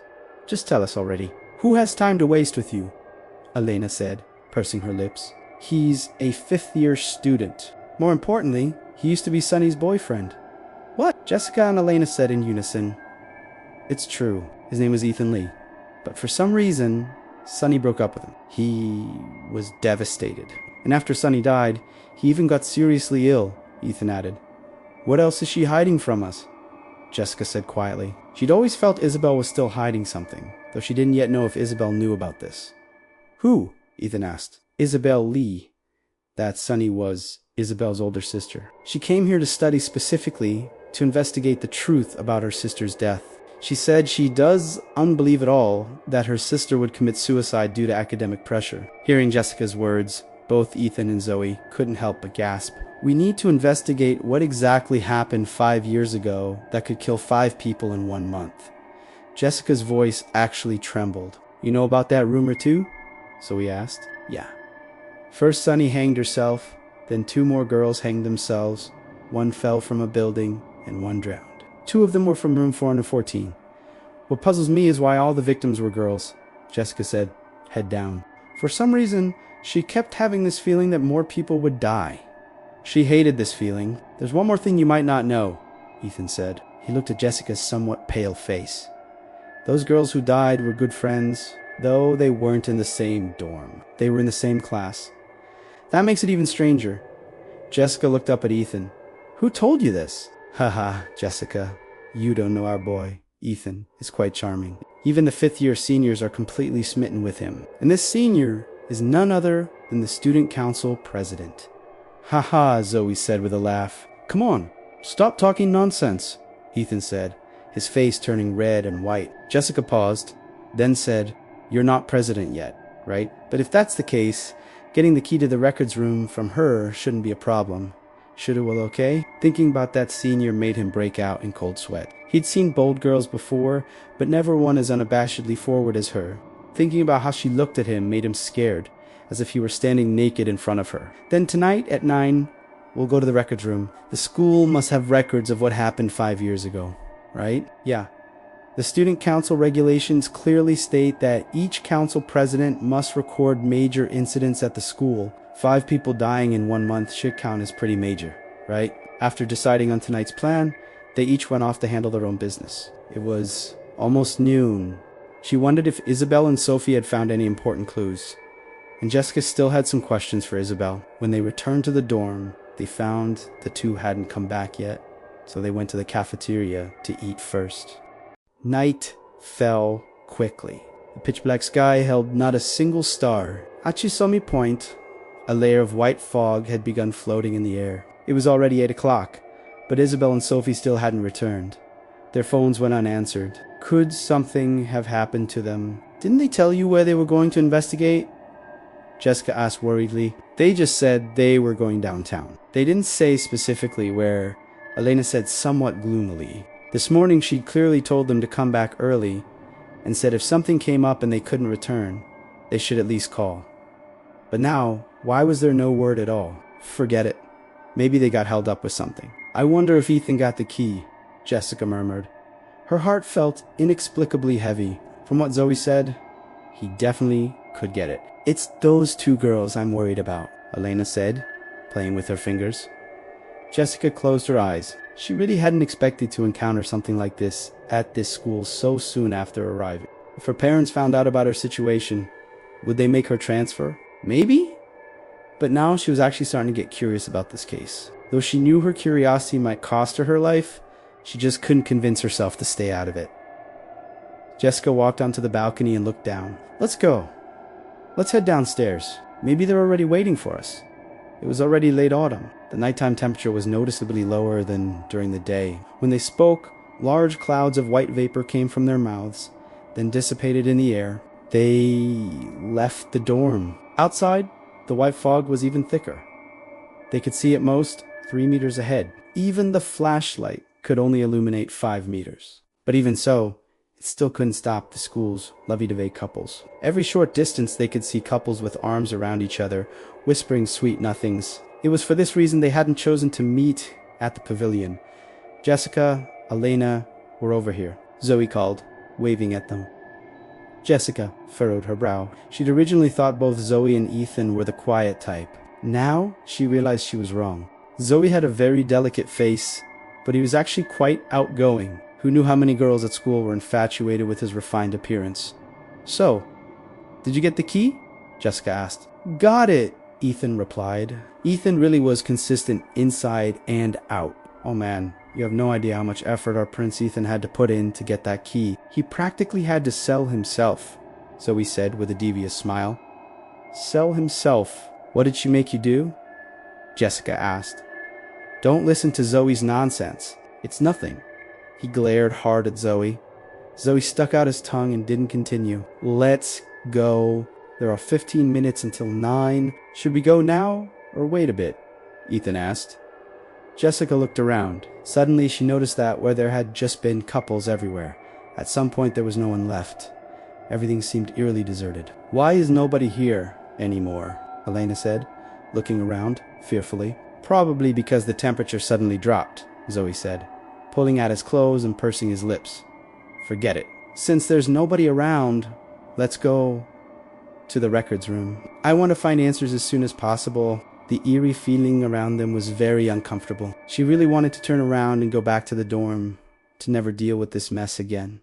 Her heart felt a sense of dread. She took a deep breath, then walked toward the student council building, perhaps because the school valued the student council so much. They'd built a special 2-story building for student council use. Their meeting room was on the first floor, and the student council president had a separate office. Other offices were given to other clubs. The student council records room was in the last room on the left side of the second floor. They quietly went up to the second floor. This room looks no different from the others now, but there's actually a second door inside, Ethan said, slowly unlocking it. Are there such important records inside that you need 2 doors? Elena asked, puzzled. Yeah. There are records from the school's founding to the present, so of course they're precious, Ethan explained. After we go in, we'll split up to find what we need. Be very careful not to make any loud noises so we don't get discovered. Okay? After going through the first door, they really did see a second door, and it was even more secure than the first. I don't get it. They're just some records. Why hide them so carefully? Are people going to come steal these useless files? Elena asked, not understanding. All right, let's just get down to business. The records room was pitch black. With no moonlight outside, the room was so dark you couldn't see anything. They didn't dare turn on the lights. Let's split up and search. That'll be faster, Jessica said, quietly shining a flashlight around. Inside were 3 rows of bookshelves and a row of glass-fronted cabinets. The cabinets were divided into small compartments, each neatly filled with records. Jessica chose the last row of shelves. Everyone began searching for useful records. In the dark room, only a few beams of light moved quietly, accompanied by the sound of pages turning. Achisomi Point. The temperature around them suddenly dropped. Jessica rubbed her arms and continued looking through the records, but she still hadn't found anything useful. They were the 81st cohort, so 5 years ago would have been the 76th cohort. Searching randomly like this, even if they looked all night, they might not find anything. She rubbed a somewhat sore neck and stood up. Have you guys found any useful records? She asked softly. All 3 shook their heads. Ethan, you're the future president. Do you know where the 76th cohort's records are? Ethan shook his head. I'm not the official president yet, and this is also my first time here, So I don't know, we're like headless flies, it's really hard to find what we need. Since this was a major incident, let's look for where they keep major incident records, plus the year. 5 years ago would be the 76th cohort, Jessica said, looking at the records in the glass cabinet. Maybe they're all in here. Jessica shone her light on the label stuck to the glass. Look, it really does say the year. Hearing her words, they all took their flashlights and started searching. Sure enough, on one glass cabinet was written 76th cohort. Over here, Ethan called. The others gathered around. They carefully took out a thick stack of records from the cabinet. Looks like a lot really did happen that year, Zoe said, looking at the thick pile. Yeah. Let's sit down. Each take Somi and search carefully, Jessica said. Actually, this moment, the temperature seemed to drop even more. Elena looked around. Do you guys feel like the temperature's dropped a lot? It is a bit cold, but it is already late autumn. It is normal for the temperature difference between day and night to be large, right? Zoe said, rubbing his shoulders. Elena nodded thoughtfully. Though she felt Zoe was right, she felt like this cold was somehow coming from within people themselves. They sat down at a table and carefully examined the records in their hands. Achisomi points, the atmosphere around them began to grow eerie. Suddenly, they felt a wave of cold from the soles of their feet shooting straight to the top of their heads. Their backs stiff. They slowly turned around. Nothing was there. They looked at each other in confusion. You felt it too? Elena asked in a trembling voice. All three nodded. This couldn't be a hallucination shared by multiple people again, could it? Why is there a smell of blood? Jessica shone her flashlight around. Last time she'd smelled blood, they'd found someone dead. What was it this time? Could someone else have been killed? You're right, and the smell seems to be getting stronger. A blood! Elena suddenly screamed. Bright red blood was slowly seeping into the room from under the door. The smell of blood was so strong, it made them nauseous. I'm going to throw up, Elena said, covering her chest, her face pale. In just an instant, the blood had reached their feet. Jessica stared at the blood at her feet in horror. Where is all this blood coming from? Are we hallucinating again? The blood kept gathering. They hurriedly jumped onto chairs, staring in terror as the blood slowly filled the entire floor. Suddenly, a rustling sound came from outside the door. What's that sound? Ethan listened carefully to the sound coming from outside.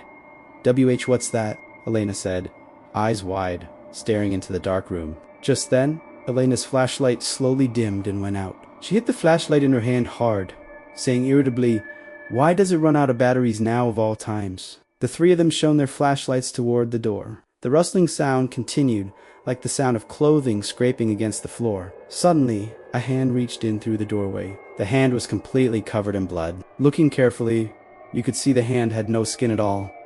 What is that thing? Fear made everyone's hair stand on end. The surroundings began to feel oppressive, making it almost impossible to breathe.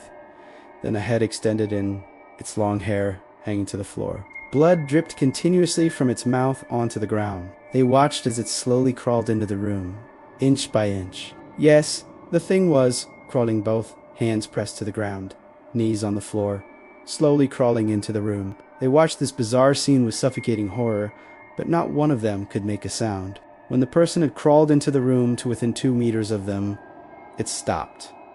Then it slowly raised its head. They looked at it, and their mouths fell open in shock, but they couldn't make a sound. What kind of face was that? Covered in blood? The eyes were 2 black holes?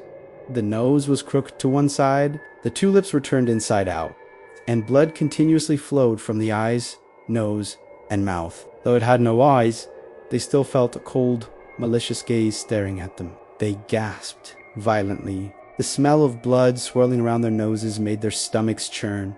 But looking at what was in front of them, no one dared move, even a fraction. The air was so cold it could almost freeze a person.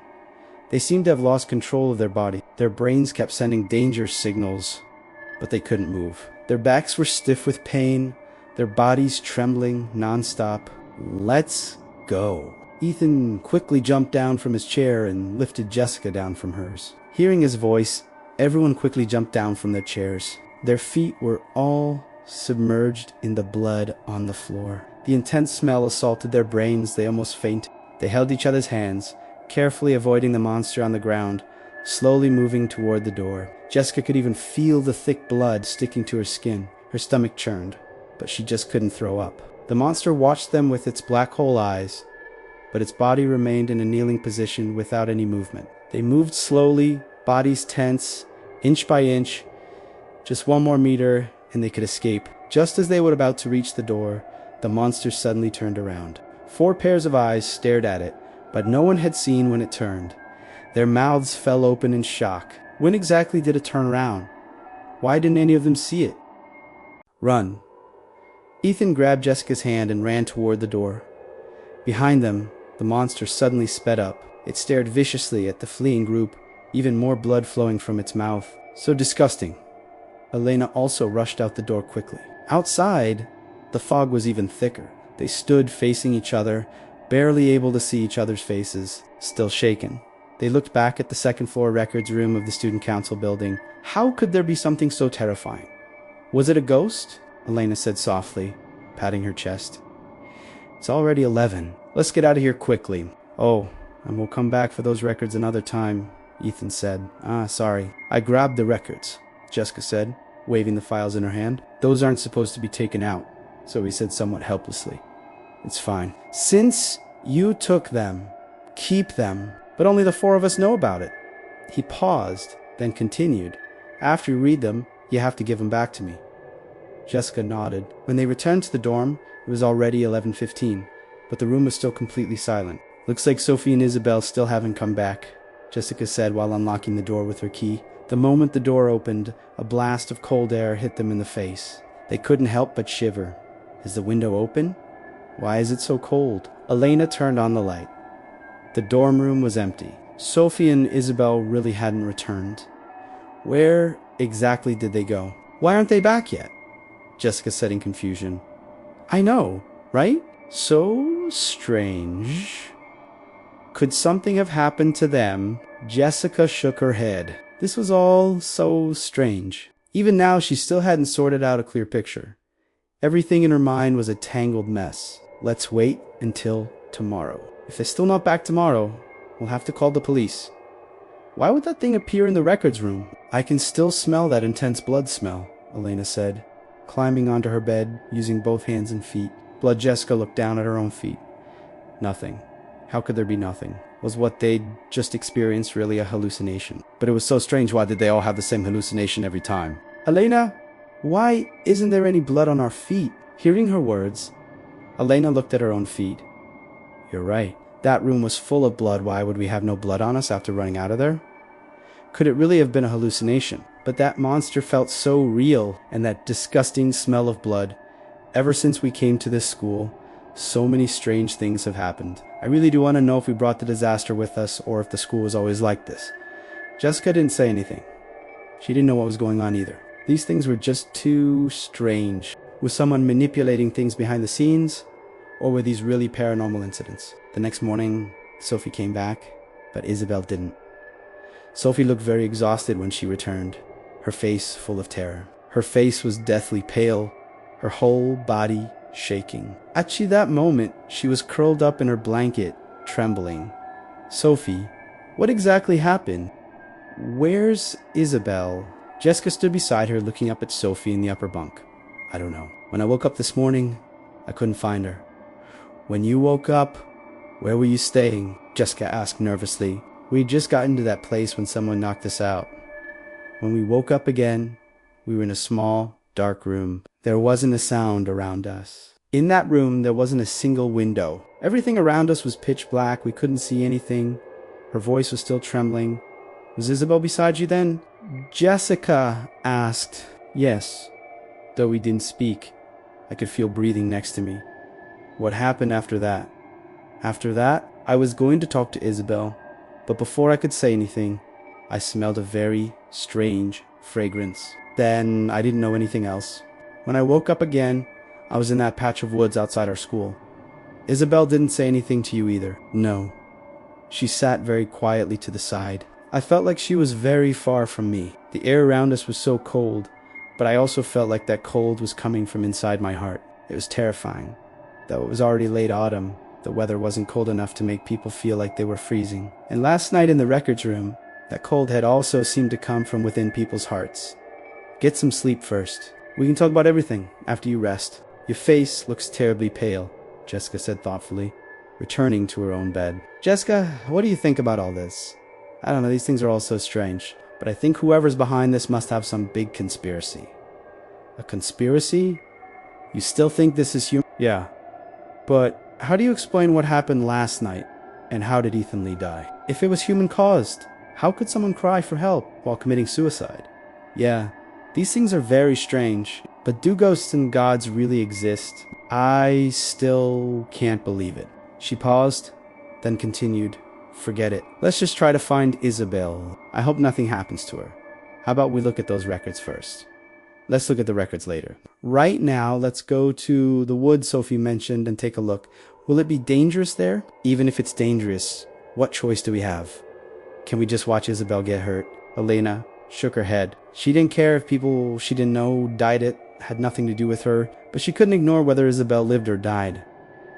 Let's go check it out. Should we call those two? Which two? Oh, come on. Stop pretending. Everyone can see what Prince Ethan is thinking. You really don't know, Elena said with a smile, nudging Jessica's arm with her elbow. I don't know what he's thinking, and I don't have time to worry about it right now. Just the two of us going is fine. Jessica's face turned red. It wasn't that she didn't know Ethan's feelings. Every time their eyes met, she could feel the intensity in his gaze. But right now, she had no mind to think about such things. While having this conversation, they'd already gone downstairs. The patch of woods wasn't far from their school. Though this area was remote, since there was a well-known school here, many people still came to do business. Because it was the weekend, many students were out and about. Jessica and Elena walked out the school gate. The woods were to the right of the school, closer to the foot of the mountain. Sophie hadn't specified exactly where she'd woken up, so looking for clues would be like finding a needle in a haystack. Jessica knew they probably wouldn't make any major discoveries, but she still wanted to come look. Maybe they'd get lucky. She had one question she couldn't figure out. Why did those people kidnap Isabel but leave Sophie behind, even bringing her back to these woods? This place is all fallen leaves. How could we possibly find any clues? Elena muttered. Actually, I knew this would probably be a waste of time, but for some reason, I have this strong feeling telling me to come here and look. It's like something's going to happen. And I think Sophie is hiding something from us. Hiding something? No way. She was so scared. Why would she hide anything from us? I don't know. Maybe she has her reasons. Wait, there's someone up ahead. Jessica pulled Elena back. Hearing voices, they quickly hid behind a nearby tree. It's Ethan and Lily, Elena said from behind. Jessica, let's go. It's not nice to eavesdrop on people, Jessica said. But they're talking about you. Hearing Elena's words, Jessica froze. Then a conversation reached her ears. You like Jessica Chun, don't you? Lily said loudly. So what if I do? So what if I don't? You have no right to question me, Ethan said, his back to her. Lily suddenly hugged him. I don't care whether you love her or not. I only know I love you. Ethan pushed her away. Feelings can't be forced. You're right, I do like Jessica Chun, but that's none of your business. So you really do like her. What's so great about her? Are you mesmerized by her seductive ways? How could you do this? She shouted. Shut up. I won't let you talk about her like that. And my business, you'd better stay out of it. Don't make me hate you. His voice wasn't loud, but his tone was firm. Looks like he really does like you, Elena whispered. Let's go. We still have things to do. She hadn't expected to overhear him saying he liked her under these circumstances. She didn't know if she should be happy. Her heart felt strange. Just as they were about to turn and leave, something on the ground caught her attention. What's that? Jessica walked over and picked it up from the ground. Hey, isn't that the hairpin Isabel always uses? You recognize this. Yet, yesterday morning when they were leaving, I saw her take it out of the drawer and put it in her hair. I even said it was really pretty. Then how did it end up here? And Sophie didn't tell us where they went to investigate. You're right. I didn't even think of that. Are you sure this hairpin is Isabel's? Yeah. Elena nodded vigorously. Then how did her hairpin end up here? Didn't Sophie say they were locked in a dark room? Why would her hairpin be here? The more she thought about it, the stranger it seemed. Could Sophie be lying? Come on, let's go back and ask what's really going on.